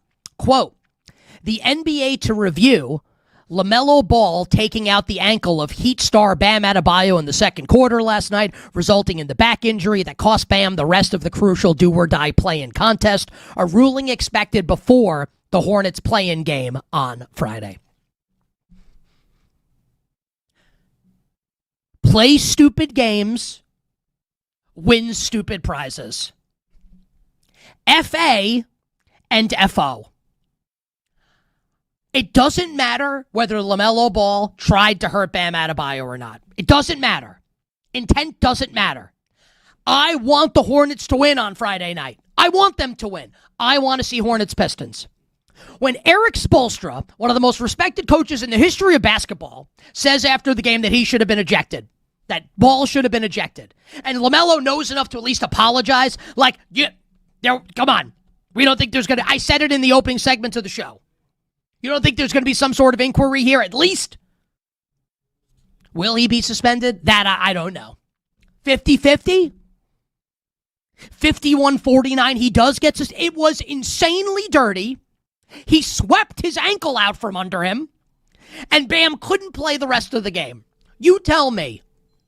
So we have that on Dexter Lawrence and the Giants, and we got some news on LaMelo Ball as well. A very juicy Wednesday morning here. Oh, I'm spicy this morning. I love it. Here on You Better You Bet. Take a break. Up next, Justin Termini from SiriusXM NBA Radio joins to talk all things NBA playoffs. Question number 1 to JT will be, should LaMelo Ball be suspended for Friday night? That's coming up next here on a Wednesday.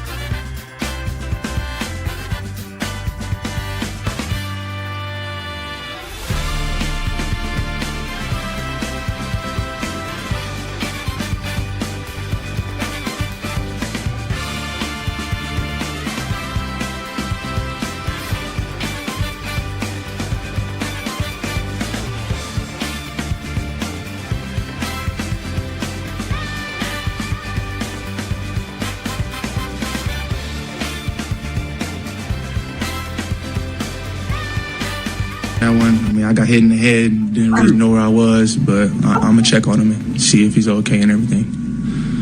LaMelo, it kind of looked like on film that you might have grabbed his leg. I mean, did you intentionally grab his leg? I haven't even seen. Like I said, I got hit in the head, didn't even know where I was, but yeah, just playing basketball. But like I said, sorry, and I'm going to check on him. Now, back to You Better You Bet with Nick Kostos on Westwood One Sports.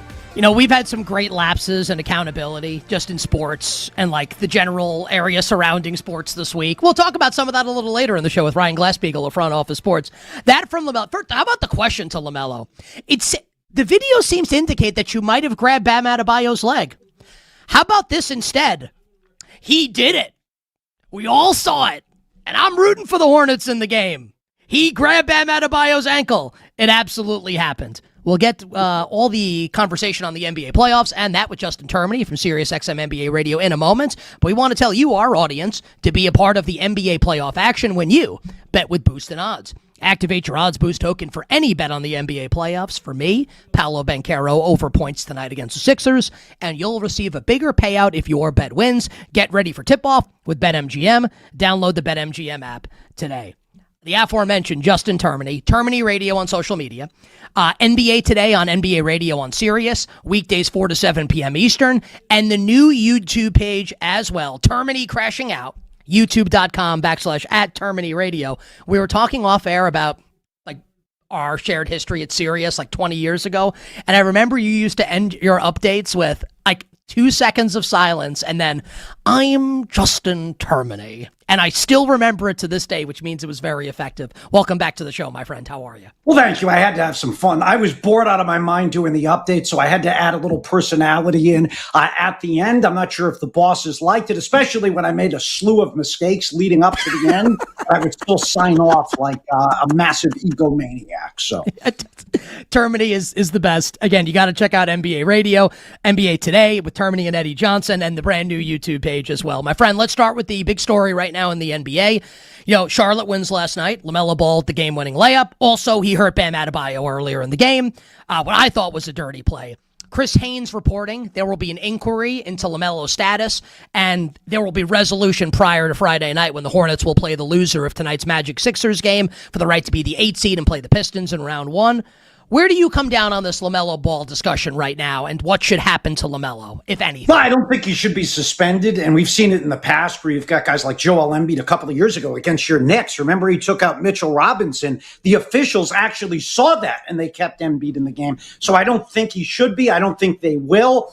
Do I have an issue if they did? I won't, because it was a dirty play. The Heat have the right to be upset, but this was my initial response as well, Kostos, is yes, it was dirty. Of all the organizations and coaches to speak out against it, though, I got an issue with Eric Spoelstra doing it, because this is a team that employed Dwayne Wade and calls them the best player in franchise history. And to me, he's one of the dirtiest players over the last 25 years. And let me ask you this. What was dirtier and what impacted the postseason more? Was it last night, LaMelo Ball taking out the best player on the 10th seed, a team that would have been eliminated anyway, most likely next game or at least in the first round? Or was it taking out Rajon Rondo when Wade broke his arm back in the 2011 postseason when Rondo was playing like the best player on the Boston Celtics? They had no issue with that. Also, Dwayne Wade broke Kobe Bryant's nose in an all-star game. Also, Dwayne Wade clotheslined Darren Collison in a postseason game against Indiana. Also, Dwayne Wade against Ramon Sessions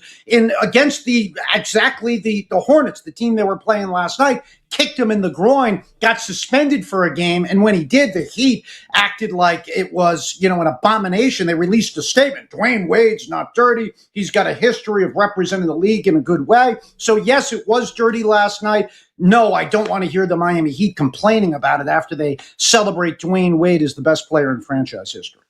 Hashtag Heat culture. I had a bunch of people, JT, and you, again, like you follow the NBA on a night in, night out basis closer than I do, right? I had people say to me, LaMelo Ball's a dirty player, and that he has a history of this. I thought it was interesting that Udonis Haslem on Amazon Prime basically said, I don't think LaMelo's a dirty player. Do you think LaMelo Ball's a dirty player? I don't think he's a dirty player. I mean, you did have him actually trip up Bam earlier in the season in an almost similar play. So I could see how you could point to that. I can't list anything other than that. So I'd like to see like the list of things that he's done where you would consider him dirty. And it's funny, like typically I wouldn't buy the excuse that he mentioned in that sound clip that you played coming back. Oh, I got hit in the head. I don't even remember what happened. But after watching him go 2 of 16 from 3, I actually buy the idea that he got hit in the head because going 2 of 16 from 3 to keep shooting after you're 2 of 15 is absolutely insane. So I completely buy that he got hit in the head and blacked out maybe the entire game. And then the turnover at the end was ridiculous as well. And just as a Knicks fan, JT, I can tell you that there was more than one John Starks text sent last night. LaMelo going full John Starks like he did Game 7 against the Houston Rockets in 1994. All right, that's the play-in game last night in the East. As far as last night in the West, so Denny Avdia is terrific for Portland, 41 points is the game-winning and one. How good, JT, is Denny Avdia as we put this season and that game last night into perspective ahead of the series coming up against San Antonio? Well, here's how good he is. I mean, what's the guy, 25 years of age? And if he didn't get hurt, I think he'd be a lock for an all-NBA team, at least third team.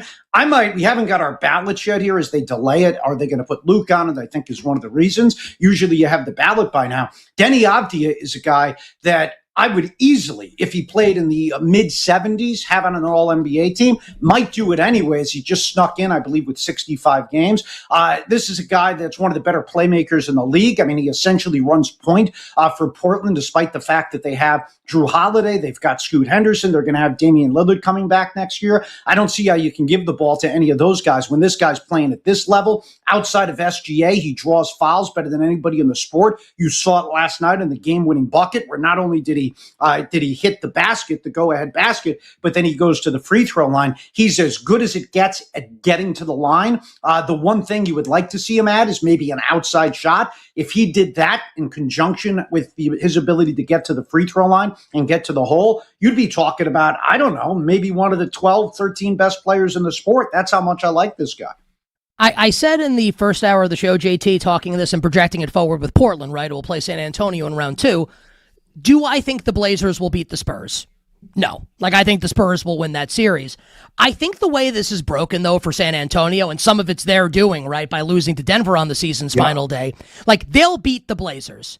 But Portland's going to beat the crap out of them in that series with the way they play. And San Antonio will do the same thing, but that's not going to be an easy series for the Spurs. Then probably, and if it's not Denver, here's Minnesota, not a great consolation prize. Then probably Oklahoma City. If I'm a Spurs fan, JT, if I'm someone that's financially invested in the Spurs, I'm not thrilled with how this has played out for San Antonio. No doubt about it. Because now, listen, that last day of the season I thought was an abomination. And the fact Wemby didn't play is going to cost him from second to third on my MVP ballot, because I thought it was the most important game that they had this season. And he didn't even go out there and play.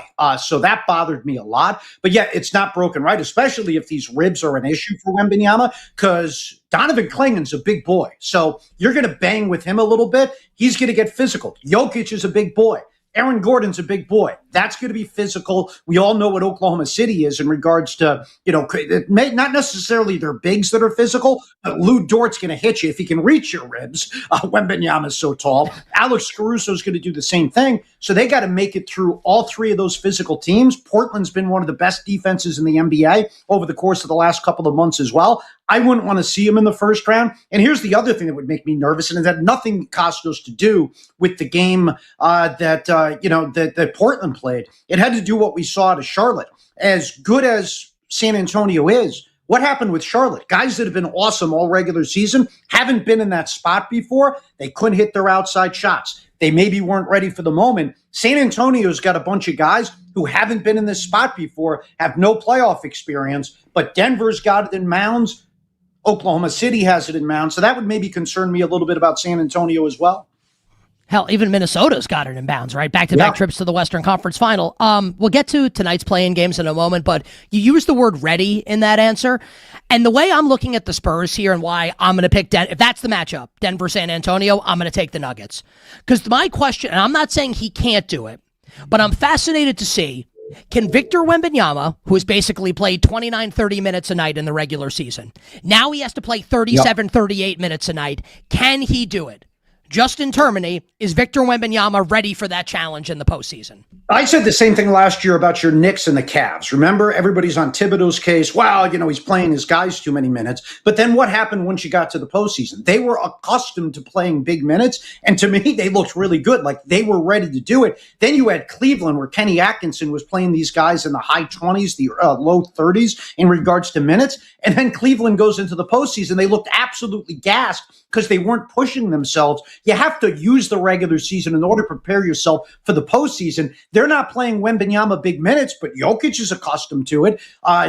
Jamal Murray's accustomed to it. So those guys we know can hit the 45-minute plateau and not really suffer a drop-off. We don't know the answer for that with Wembanyama because we didn't see it during the regular season. So I kind of agree with you. I think that could be an issue. They should have tested it and pushed him a little bit throughout the course of the regular season just so he's then prepped to break through that barrier once we get to a spot. Because you're not winning, Kostos, against a team like Denver that's good or Oklahoma City by playing Wembanyama 35 minutes because Jokic is going to play 40 plus. SGA is going to play 40 plus.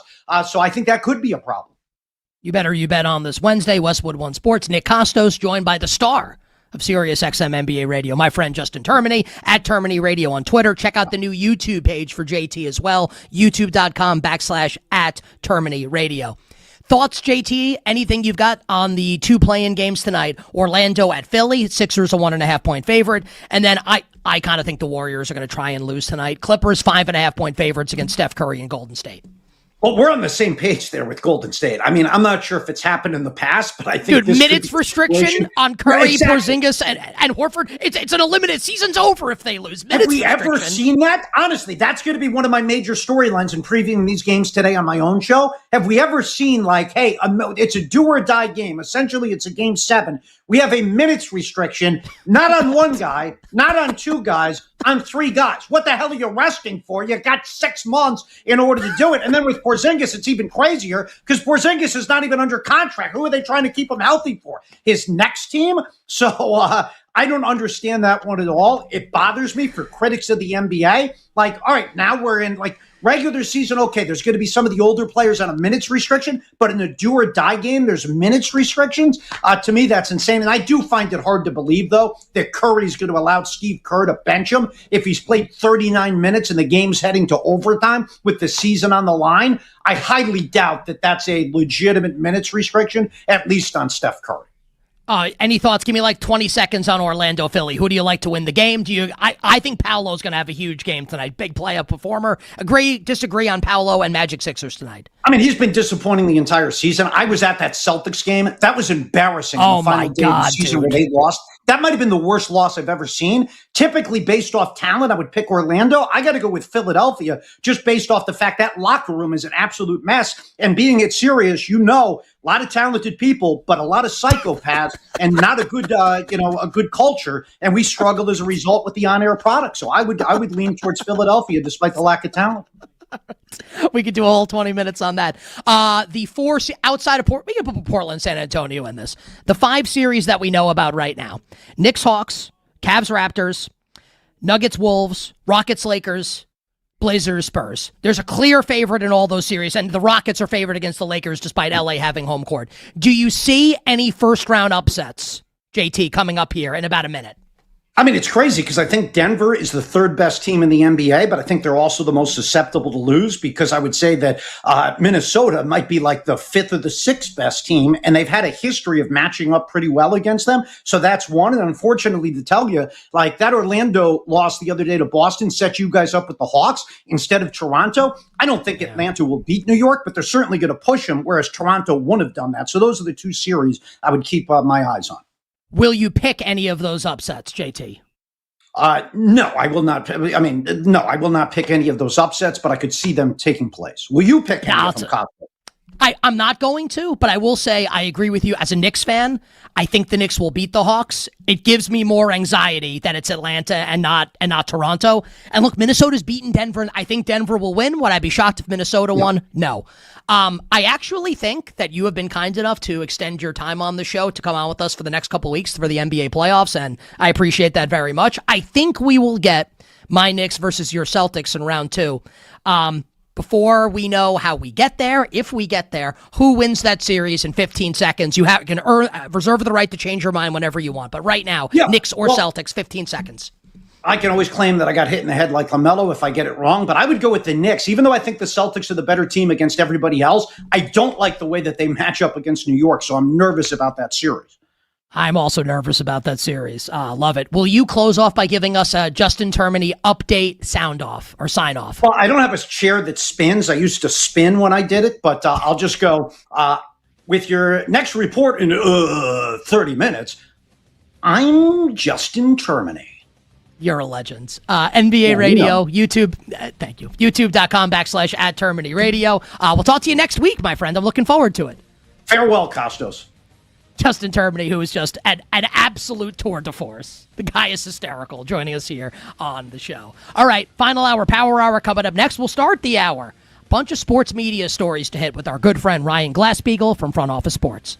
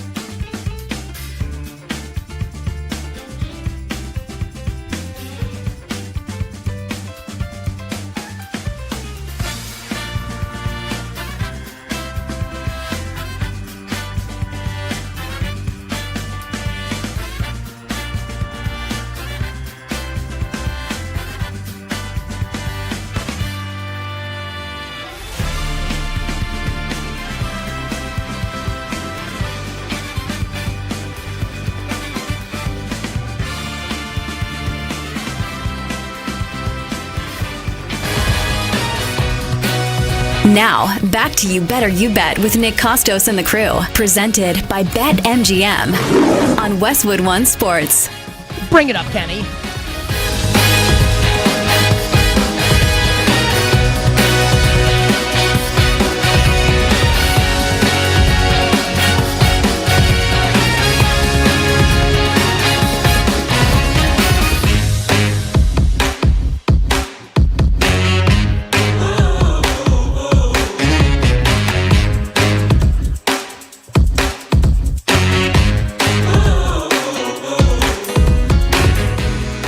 Final hour.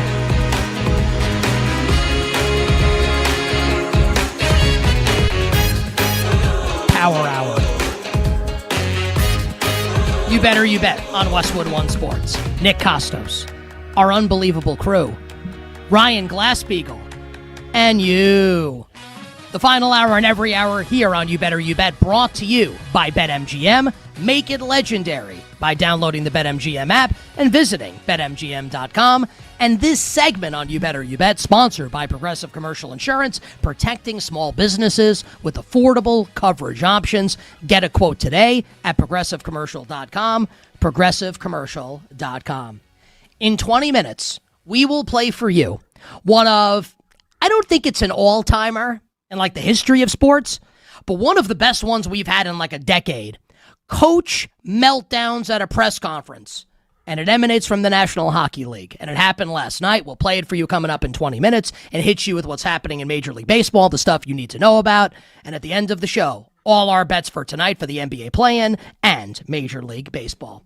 But joining us right now on the show is good friend of the program, the great Ryan Glasspiegel, who does an awesome job covering sports and media for our pals at Front Office Sports. Ryan is on Twitter at Sports Report. Rapport, R-A-P-P-O-R-T. And I'm very jealous because he's going to WrestleMania in Vegas and I'm not. My friend, welcome back to the show. How are you? I still think that you could book it in the morning and fly red eye at night. I know it's a huge haul, but you could do it where you're only gone a day. You know, I'm gonna be very self-aware here and very self-critical, and we'll get to sports and sports media in a second. I can do it. The problem is I have never attempted something like this before. And it's not that I'm scared of my wife, but also I don't even want to bring it to her. So it's my okay. I have to, but I have to break the seal at some point, right? I have to just do something like this and get over the hump, so then I could do it moving forward. Not all the time, but I feel like I can't even, because she'll look at me like I'm Medusa, or whatever the mythological creature with 10 heads. If I ask her to do this, it's my fault. Yeah, I mean, but you can also, it's not for work necessarily, directly for your job, but it is a big networking opportunity. There's a lot of people out there who you can rub shoulders with. There's a lot of breaks during these WWE events. And so, I think that you could sell it, but you probably needed to plant the seed a little bit earlier than Wednesday before the Sunday. It's possible though. You might just it's got to start with a casual comment oh man, that I really am having FOMO on this. I think that this Brock Lesnar Obafemi match is going to be a generational moment. And then, Punk Roman, it's been building for over a dozen years. So, I don't know. Look, I haven't met your wife. I know my wife. I think I could probably pull off, one day, leave Sunday morning, take a red eye back, impromptu. But I feel you, in terms of being scared to even broach it. If I was hey honey, let me tell you about the build to Brock Lesnar versus Obafemi. I can't tell you how quick that would be like her saying to me hey, should we go to your family or my family on Christmas this year? And I'd be like, it's April. We're not talking about this right now. We would get the same reaction. All right. I thought you would say it would be going to some BravoCon or something. She doesn't the only thing she's asked me for. Are you into new music at all? No. Okay. There's this female pop artist. Do you know who Olivia Dean is? I do not. Okay. So my wife I'm loves aging Olivia myself. Dean. Well, no, I think how old? I think I'm older than you. I'm almost 43. I'm older than you, right? Yeah, I'm 39, so we're Okay, so in the I'm same older than you. cohort, but Yeah. Her music, every song my wife plays of hers, I think is great. The only thing that she asks for, she wants to see Olivia Dean and get like great seats at Madison Square Garden coming up in August. So I think I might actually, I'm telling you, she's unbelievable. I would actually like strongly encourage you to listen. I don't get paid to so say do you that. when you get that request, obviously you go through, work connections first, Yep. but at some point you might have to like just pull the trigger and pay the reseller demons. I don't think I'll have to. I think I have enough connections, and I don't say that to brag. I'm like, I've lived in New York my whole life. I'm in the media. I should have connections. Right. Like, I should have that. I don't think I'll have to pay, but if I have to, I actually will bite the bullet for that because it's because like, like what if the connection comes in with mid seats and then you're like, I gotta splurge because this is the one where we have to be, in the center pit. Yeah. All right. I've brought you two off topic. Okay, so let's get on topic. The biggest story, it's the biggest sports media story I feel like in quite some time.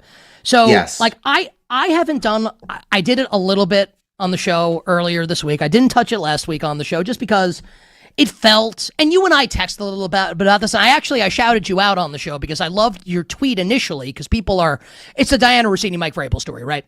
And people are hammering you on Twitter, like giving your job. Why are you not commenting on this? And I thought, and you said something similar to me in a text message, which was, you don't want to be like the bedroom police or like the journalism ethics police. And I thought that was a really fair answer. And I quoted you on the show, and I kind of felt the same way. But now that we've reached this point where she has resigned, so she has left The Athletic, and for people that don't know, I can't imagine you don't, but in case you don't, there are photos of her sold to page 6 of the New York Post, one of your former employer of yours, with her and Mike Vrabel at a resort in Sedona, and they both claim that it was really innocent, but there's been no proof to the contrary. People can draw their own conclusions. She has chosen to resign. My personal opinion, if you're innocent, you probably don't do that, but I have no proof. Just saying, court of public opinion a little bit here. She has resigned. It is front page news everywhere. I feel like this is now appropriate for everybody to discuss. You're as plugged in as it gets. Your thoughts on this entire scenario here with Rossini and Vrabel leading to her resignation. I mean, well, how long do we have? I think your show ends at the end of the hour. But so the one kind of plausible thing, yes, as you said, they haven't provided any proof to the contrary. She said she was on a girls' trip. They were with a group with 6 other people. If those other people are also people whose like spouses didn't know or wouldn't like have approved of them being out there, then maybe that's where they fall on the sword and say, no, I'm not providing any evidence, and the kind of secret dies with them. I don't know how plausible that is, but it's the one kind of scenario that I've thought of, and I've thought about this a lot, that could potentially be the like thing that means they were telling the truth. Look, I think as soon as that story came out, we all expected that her time with The Athletic was over. It's the New York Times. I think they're held to a different, higher standard of journalism. Now, lots of listeners can say, well, what about how they cover this or that or whatever? Right, but, wrong, or indifferent, when your point is accurate. Your point is accurate. Right, wrong, or indifferent, no matter how people feel, your point is accurate. Yeah, and so I don't think that, at least in the immediate term, she's going to be able to land with somewhere that really, touts their own journalistic prestige, but she's not finished. Like, she can have a YouTube show and a podcast, and Stugotz has already offered her to join his show on Fox Sports, iHeartRadio. And so, look, she's good content when she's on TV, when she's on radio, when she's on podcasts. She says interesting stuff, and she has she spills the tea, like with the football insider knowledge. And look, you can say whatever you want about her, and if she comes out with some big like enormous scoop that nobody else has, people are going to pay attention to it. There's no one who can just say, oh, you're not an NFL insider anymore. If she just all of a sudden reports, oh, that Matt LaFleur contract, it actually never got signed and the Packers changed their mind. Like, I don't know, something like that. If something like she'll be some treated NFL as a conquering bombshell, hero if that happens. You know how this country goes. Like she'll be like, everyone will accept her back with open arms immediately if that happens. Look, everybody's taken their shots at her over the last week plus, but when she comes back with some like bombshell scoop, it's going to be a like reclamation story. And so look, we have really short memories, and the things that you think people are never going to get through, they come back. Look, I'm not making like ideological comments about Trump, but like how many times have people thought Trump is dead? He'll never come back from this. I mean, his bankruptcy in 1993, people thought he was finished. Like people thought he was finished on January 6th. Could you have like conceived that he would have like won again? I know it's just like way afar from what we're talking about, but this like idea that she can never recover from this, I think is false.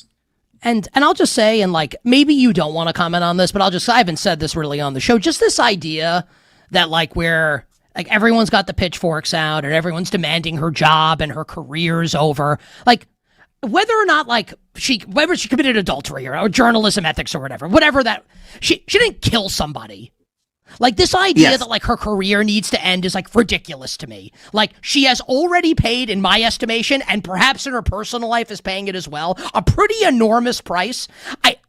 And maybe you don't care about this. I feel like we have gone way too far with this. Like I don't think like someone's career needs to end over. It's just, you know, I mean, you knew right when it dropped that it was going to be an enormous story. It's so lurid. The photos of them together, they're two public figures. They're like, you know, Vrabel, Super Bowl champion player, made it to the Super Bowl this year as a coach. She's one of the 4 or 5 top insiders. It's lurid and people flock to that stuff. But yeah, I mean, to your point, when I first was like, you know, I haven't weighed in on this because I don't want to be the bedroom police. It unfortunately, like it was such a enormous story that I ended up reporting several items on it. You know, that it was like the photos were shopped around and TMZ was like unsure whether they would run them or not. And imagine that. Then that's the thing about TMZ is, you know, they'll publish that like Kobe Bryant died in a helicopter crash before members of his family know, but they won't buy paparazzi photos of people having affairs. They have like interesting morals, ethics, whatever you want to call it, on what they consider to be a story or not. I mean, if they bought every photo of like someone cheating on their wife or husband at like the Beverly Wilshire or whatever, I don't know that they would be able to publish anything else. So they kind of have an ethos that they don't break the news of affairs. Now, if they're in divorce docs or it's in like a social media like criticism or something like that, then they'll start to cover it. But they won't just like buy those photos typically. Give me your best guess, and it could be something you said previously. Maybe the answer is just like a podcast or a YouTube show. Yeah. What do you think's next for Diana in her career?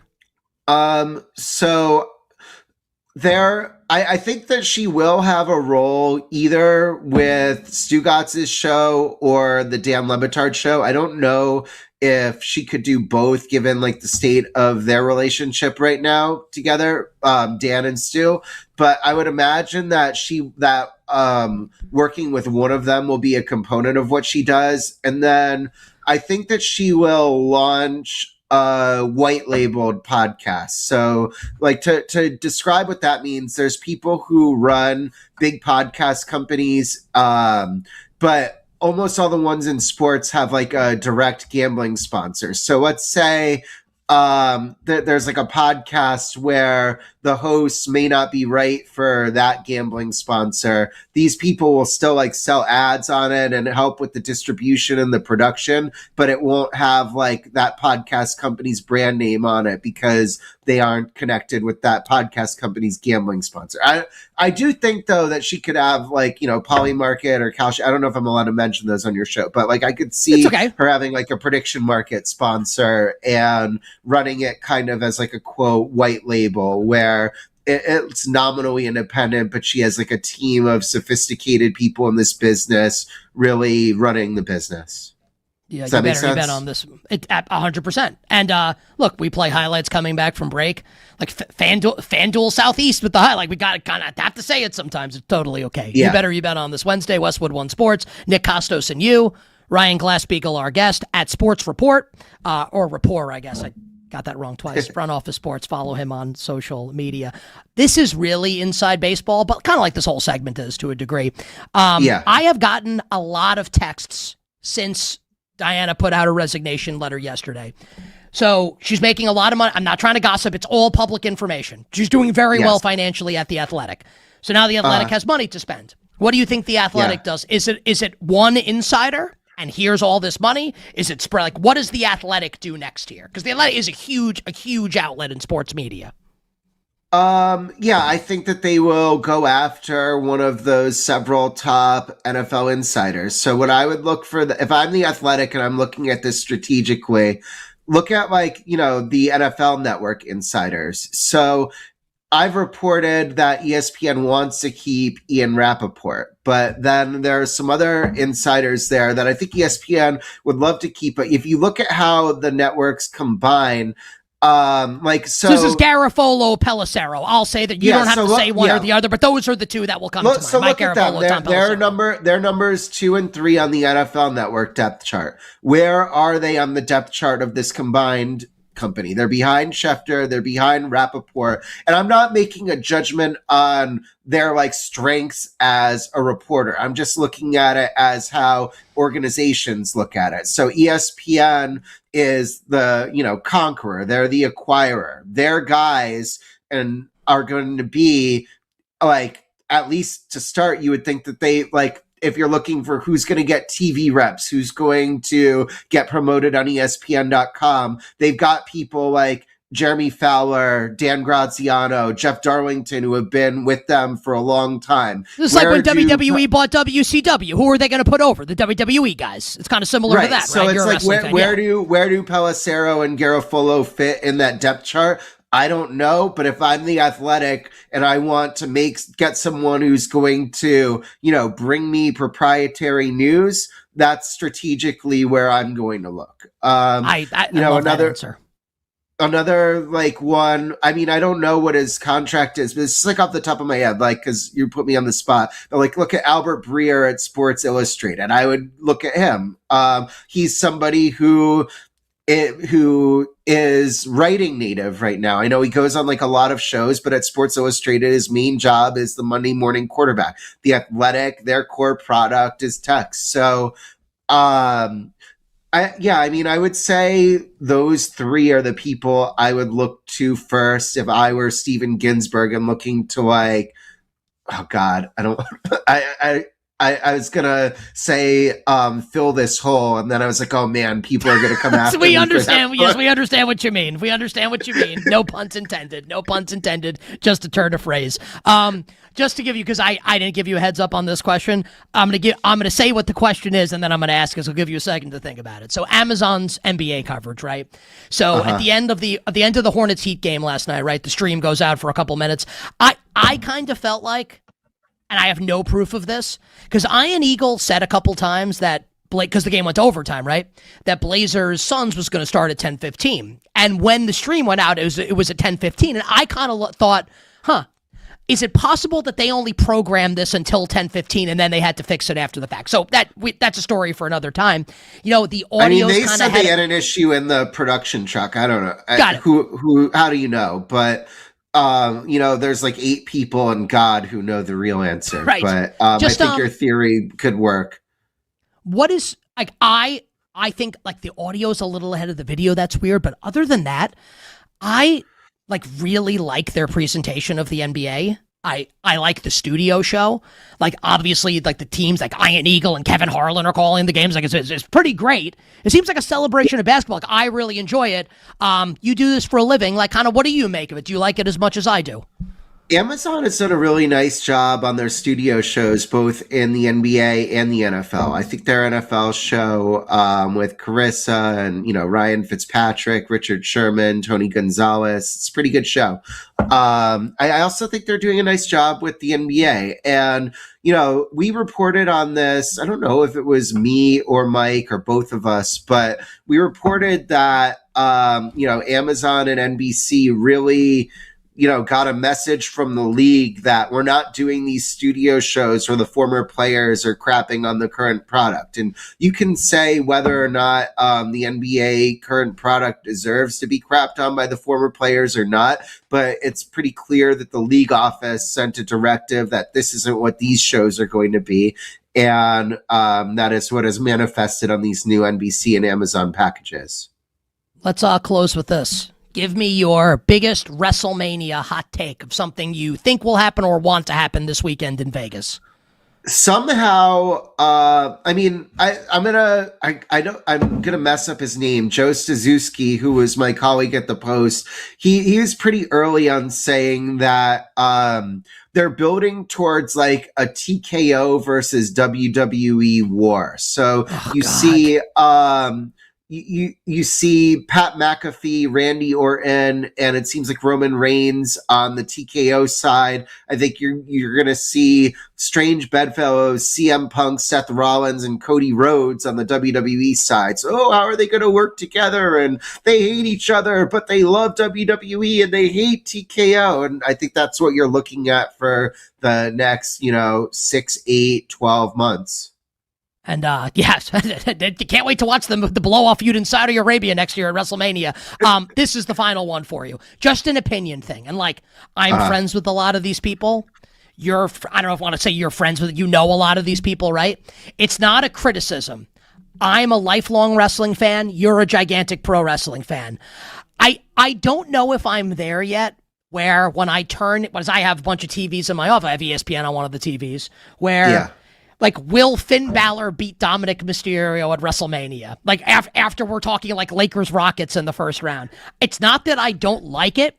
It's that I'm not used to it yet. I know. Where are you at on this? It is taking some getting used to. Right before I came on here, Liv Morgan was on First Take with all of her black eye makeup, and it's like, hey, we saw you at Coachella this weekend, and you didn't have any of this. And now you go on First Take and you've got a horn and black eyes again. And dude, because it's not here's, and I'm not disrespecting Liv Morgan at all. Is involved in a great feud with Stephanie Vaquer, right? I'm a huge wrestling fan. It used to just be, okay, here's Roman Reigns, here's CM Punk, here's Cody Rhodes, here's Randy Orton, the 4 main eventers. It's we're going, I don't mean this in an insulting way. We're going pretty deep down the card here on the most marquee shows. It's a little crazy. It's not that I don't like it. It's that I'm not used to it. I know. Yes, I'm in the same boat. Dude, you're the best. What are you most looking forward to doing in Vegas this weekend besides going to WrestleMania? So I went on a super heater at this little I don't want to call it a rat hole, but rat hole casino called Silver Sevens. It's right by Lotus of Siam, which is the famous Thai place. 2 years ago I went to lunch there, and then I had an hour or two to kill before I had to go to the airport to go home. And I just went on an all-time heater in blackjack, probably up $2,000 in about an hour. And I start with $25 units. So winning that much is substantial.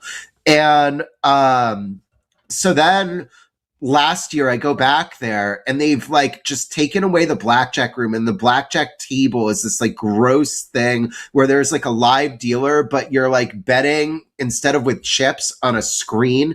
And it just made me so sad that I went on this heater one place and it's gone for all intents and purposes. And then I see on the news or on Twitter or whatever that they have restored their blackjack room. So I'm very excited to go back there.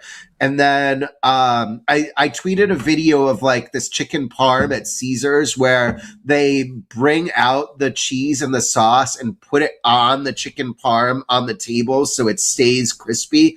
I don't know if I can bring it myself to book a reservation there for like Friday night dinner, because I know, and I'm going on a long tangent here, but I know if I book dinner there and I'm committed to it, I'm going to just get the most like ridiculous invitation ever. And I'm going to have to like pay open table like $300 to get out of this reservation. Because so like, I don't know if it's like 8 years ago in New Orleans, I had tickets for Ring of Honor for like Cody Rhodes versus Kenny Omega. And it was like the first time they were ever going to face each other. And this was pre-AEW. What's it, the Young Bucks are on that card also in like a ladder match or something? They had a crazy ladder match. But like Jacob Ullman, who is a production Fox, executive at Fox, I was hanging out with him for like a couple hours. He whisked me into this corner where Jim Ross, Jerry the King Lawler, and Gene Okerlund were just like posted up at the bar sipping cocktails. And I had to go to this Ring of Honor thing that I paid for instead of going to like tagging along to that dinner. No one said you had to go to Ring of Honor. I know I could have sold the ticket, but I was like, I need to see this. This is the biggest like wrestling match ever. And so I missed that dinner. And so it's like in the back of my head, like, don't commit to anything during WrestleMania weekend, because you have no idea what type of opportunities are like going to somehow become available to you. It's like crazy that this is our life, right? Like when we're growing up, like some of the people, I really like, it's hard to talk about this without sounding braggy, similarly to you talking about, you know, the Olivia Dean tickets, but some of these rooms that we get in and like people that we get to interact with, like I could not have fathomed it when I was a kid. And so it's like really special and you have to have gratitude for it. And dude, like when I used to work at Sirius and I was producing for Adam Shiner at NFL Radio, like it would be nothing to walk into. I walked into the bathroom once to use the restroom. I'm peeing, and I look next to me, and John Travolta's next to me peeing. It's like every day. You kind of like you get used to it. Yeah, it's hard to have these conversations just like in like. And not that like we are at an elevated spot in life, but our jobs are pretty cool. Right, like, you know, we're not like Chris Russo or Rich Eisen, but we get to talk to them sometimes. Or like, you know, like we're not, you know, like pushing papers for a living. Like we get to do a lot of really cool things. And like what's great about this interview is that we have come full circle, because I acknowledge at the start that something is my fault, which is me not telling my wife I need to go to Vegas. And now I think you need to acknowledge that it's your fault that you let reservations dictate your life.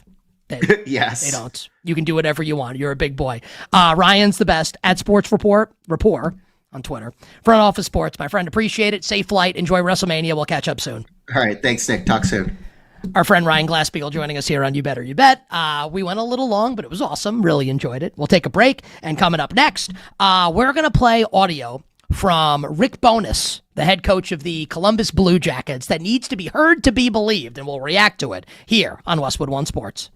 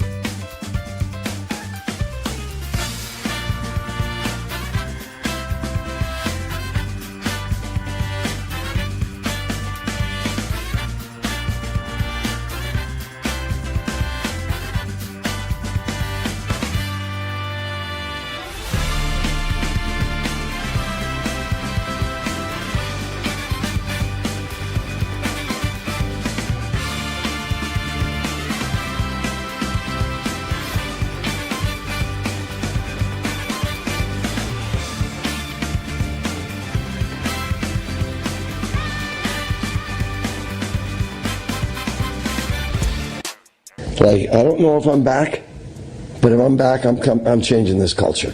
These guys, they don't care. Losing is not important enough to them. It doesn't bother them. Like, how can you go out and play like that?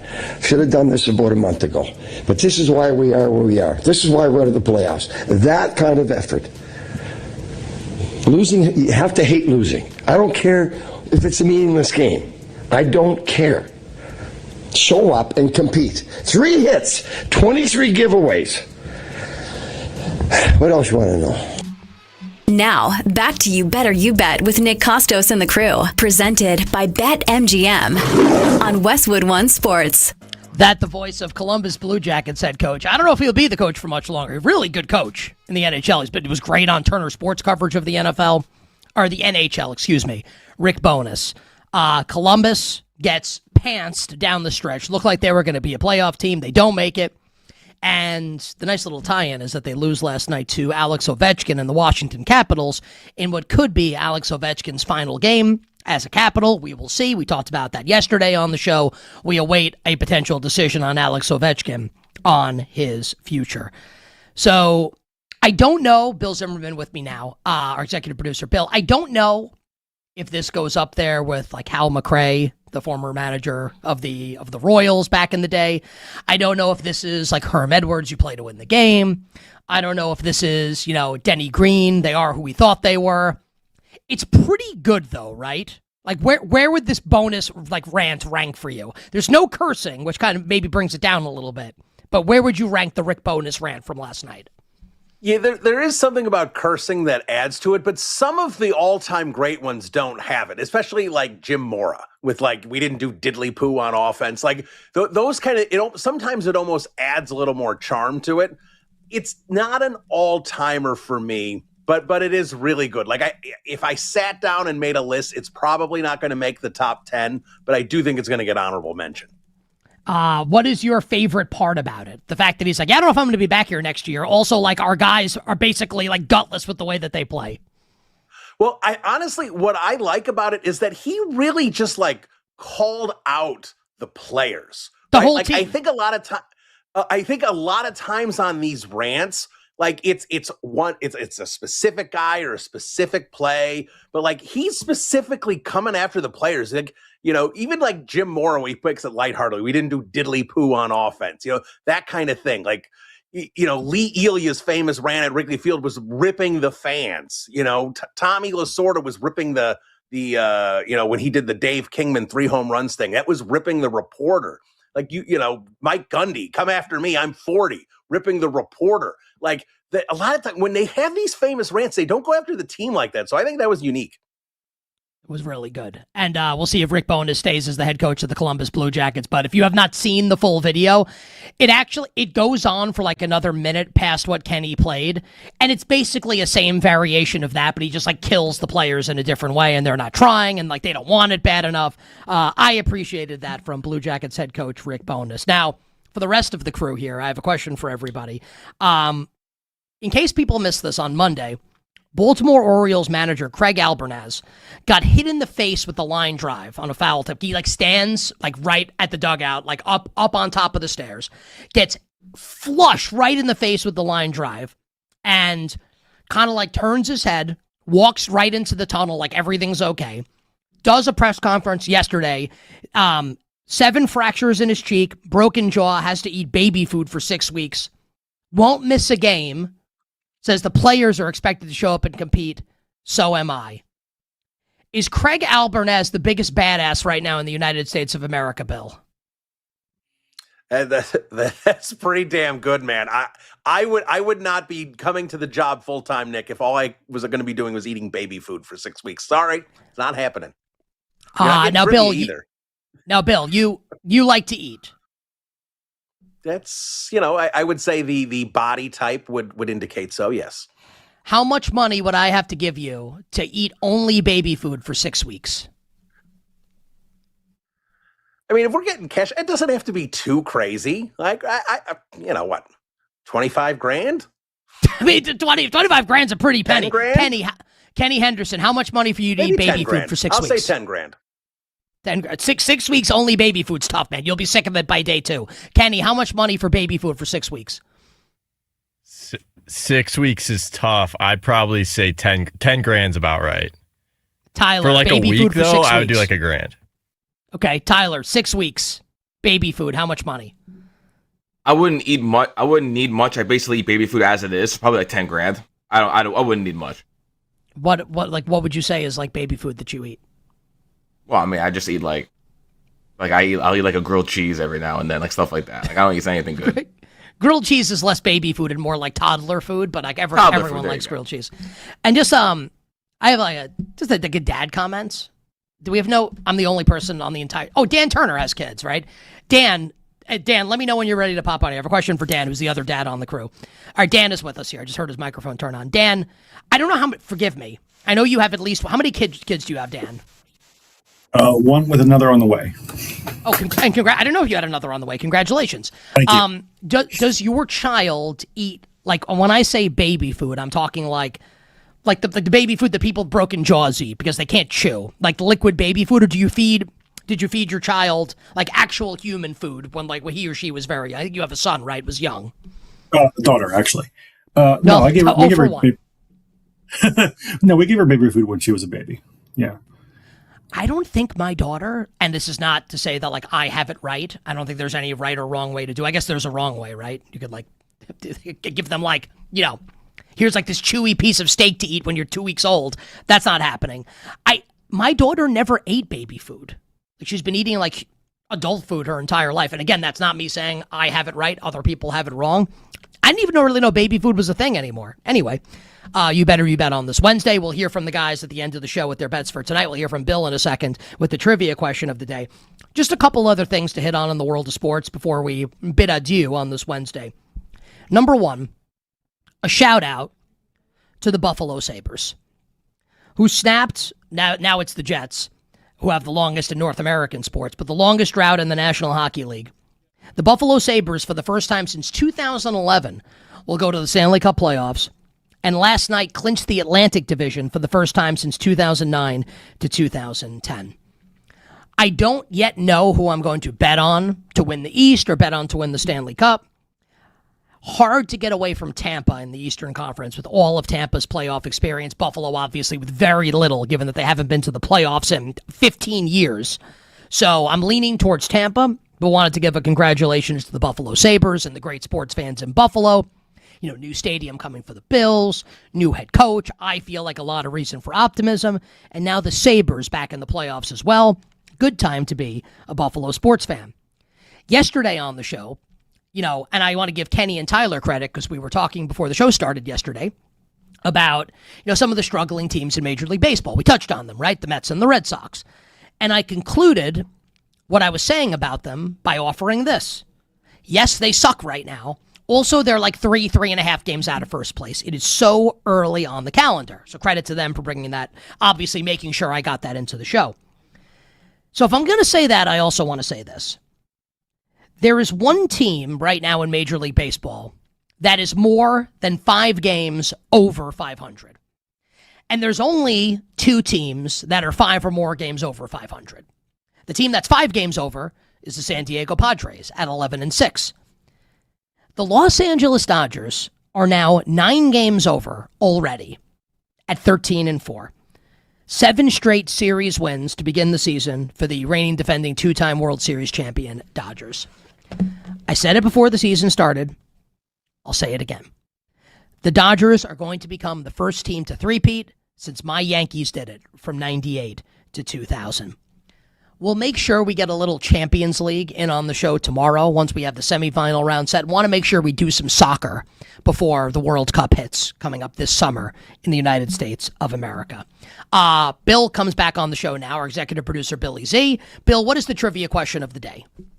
All right, Nick, we're going to pivot to some NFL draft because we've been talking plenty about Mendoza and Ty Simpson about where they're going to slot. And what's interesting here is when a quarterback goes number 1 overall, another quarterback almost always goes in the first round, but not always. So I'm asking you, Nick Kostos, what was the last NFL draft where a quarterback went first overall but no other quarterbacks were taken in round 1. Oh, man.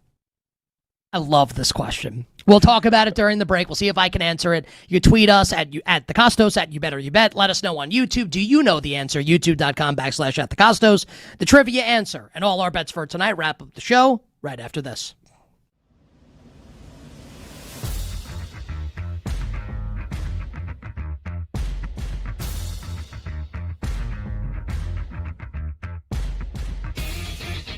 I think I got it.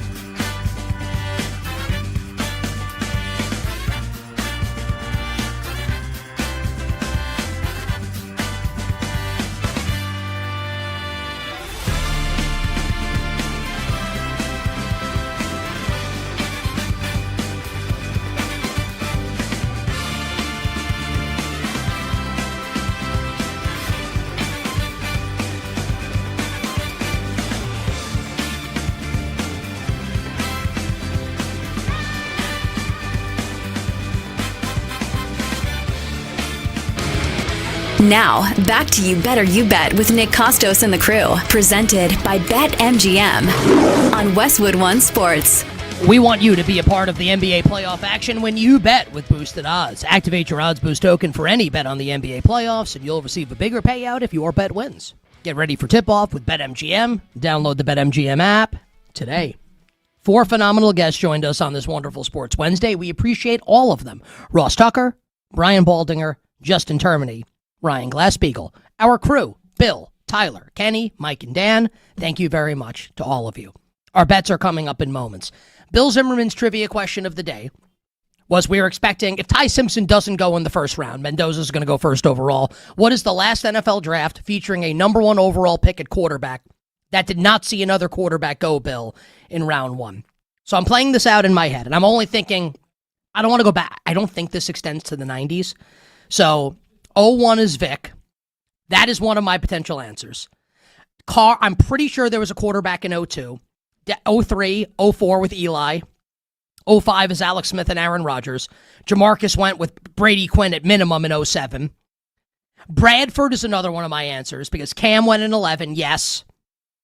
Stafford 09 was Josh Freeman. I remember that because of what I was doing at NFL radio at the time. Luck, yes. Goff, yes. Jameis, yes. And I think we've seen it since then. Every time there's been a first overall pick, another quarterback is gone. I think it's either Vic or Bradford. I don't know. Is it one of those two? It is one of those two. I'll say, because Breeze is the name in my head who went in 01 in the second round, I'll say it's Bradford because I can't think in 01 of who it might have been. And in 10, I actually don't think anybody went. You are so close, Nick, but you are incorrect. Tim Tebow, 25th overall with Sam Bradford. It was Vic in 01? Drew Brees. Oh, my God. Before that, by the way, 1989 with Troy Aikman and then Mike Elkins. And then 1975, Steve Bartkowski and Mike Frankowiak. Oh, my God. Mike Frankowiak hosted a great sports talk show once upon a time with Chris Russo. Shout out to Bob in the YouTube chat who would eat baby food for 6 weeks for $5,000. There's a huge variety nowadays. Bob, you need to get out. Thank you for watching the show and listening to the show. All right, let's get to all the bets for tonight. The first name I said when we went to commercial was Michael. The first name I said was Michael Vick. I don't like getting questions wrong. Kenny, please drop the dope ass beat. I'll go first here. I said it already. Let's keep riding the Tampa Bay Rays train. They've won 4 straight games, beat the White Sox yesterday. Short price on the road today. Give me the Rays again to beat the White Sox. I don't think I'm going to bet Warriors-Clippers. If I did, I'd lay the Clippers, but I could see crazy things happening in that game. The thing I feel most confident tonight in the NBA, over with the Magic and the Sixers. Drew Dinsick loved that bet yesterday. And I love Paolo Banchero over 23.5 points tonight for the Orlando Magic. Kenny, what do you have for us quickly here? I like both favorites in the NBA last night. I parlayed them, didn't work out well. So I like both favorites tonight, but I'm going to take the Sixers on the money line, and I'm going to take the Clippers minus 5.5 on the spread. All right, so Kenny rolling with both favorites tonight in the NBA. Tyler, what do you have? And hopefully you have a golf bet for us as well. Yeah, I'm in the baseball streets right now. You guys can have fun in the NBA. I'll take the over in Guardians-Cardinals 8.5 brutal pitching matchup. Slade Ciccone and Dustin May, and the wind's blowing out. I think we get a ton of runs. And golf, love Xander Schauffele, Ludwig Ober, and Min Woo Lee. 3 guys. Hopefully we have a better week than we did at the Masters because that was one of the worst golf tournaments I've ever had. So Xander Schauffele, Ludwig Aberg, and Min Woo Lee. We like for this week. Xander, Min Woo Lee, and Ludwig Oberg. Who am I taking in Golf Survivor? Xander, 100%. Xander Schauffele. We haven't been doing great recently. Oh no! Last week was not fun. It was not fun at all. Should I did I get the question right since my first thing coming back from break was when we went to break was Michael Vick, or does it count that I got it wrong? It wasn't your final answer, so you got it wrong.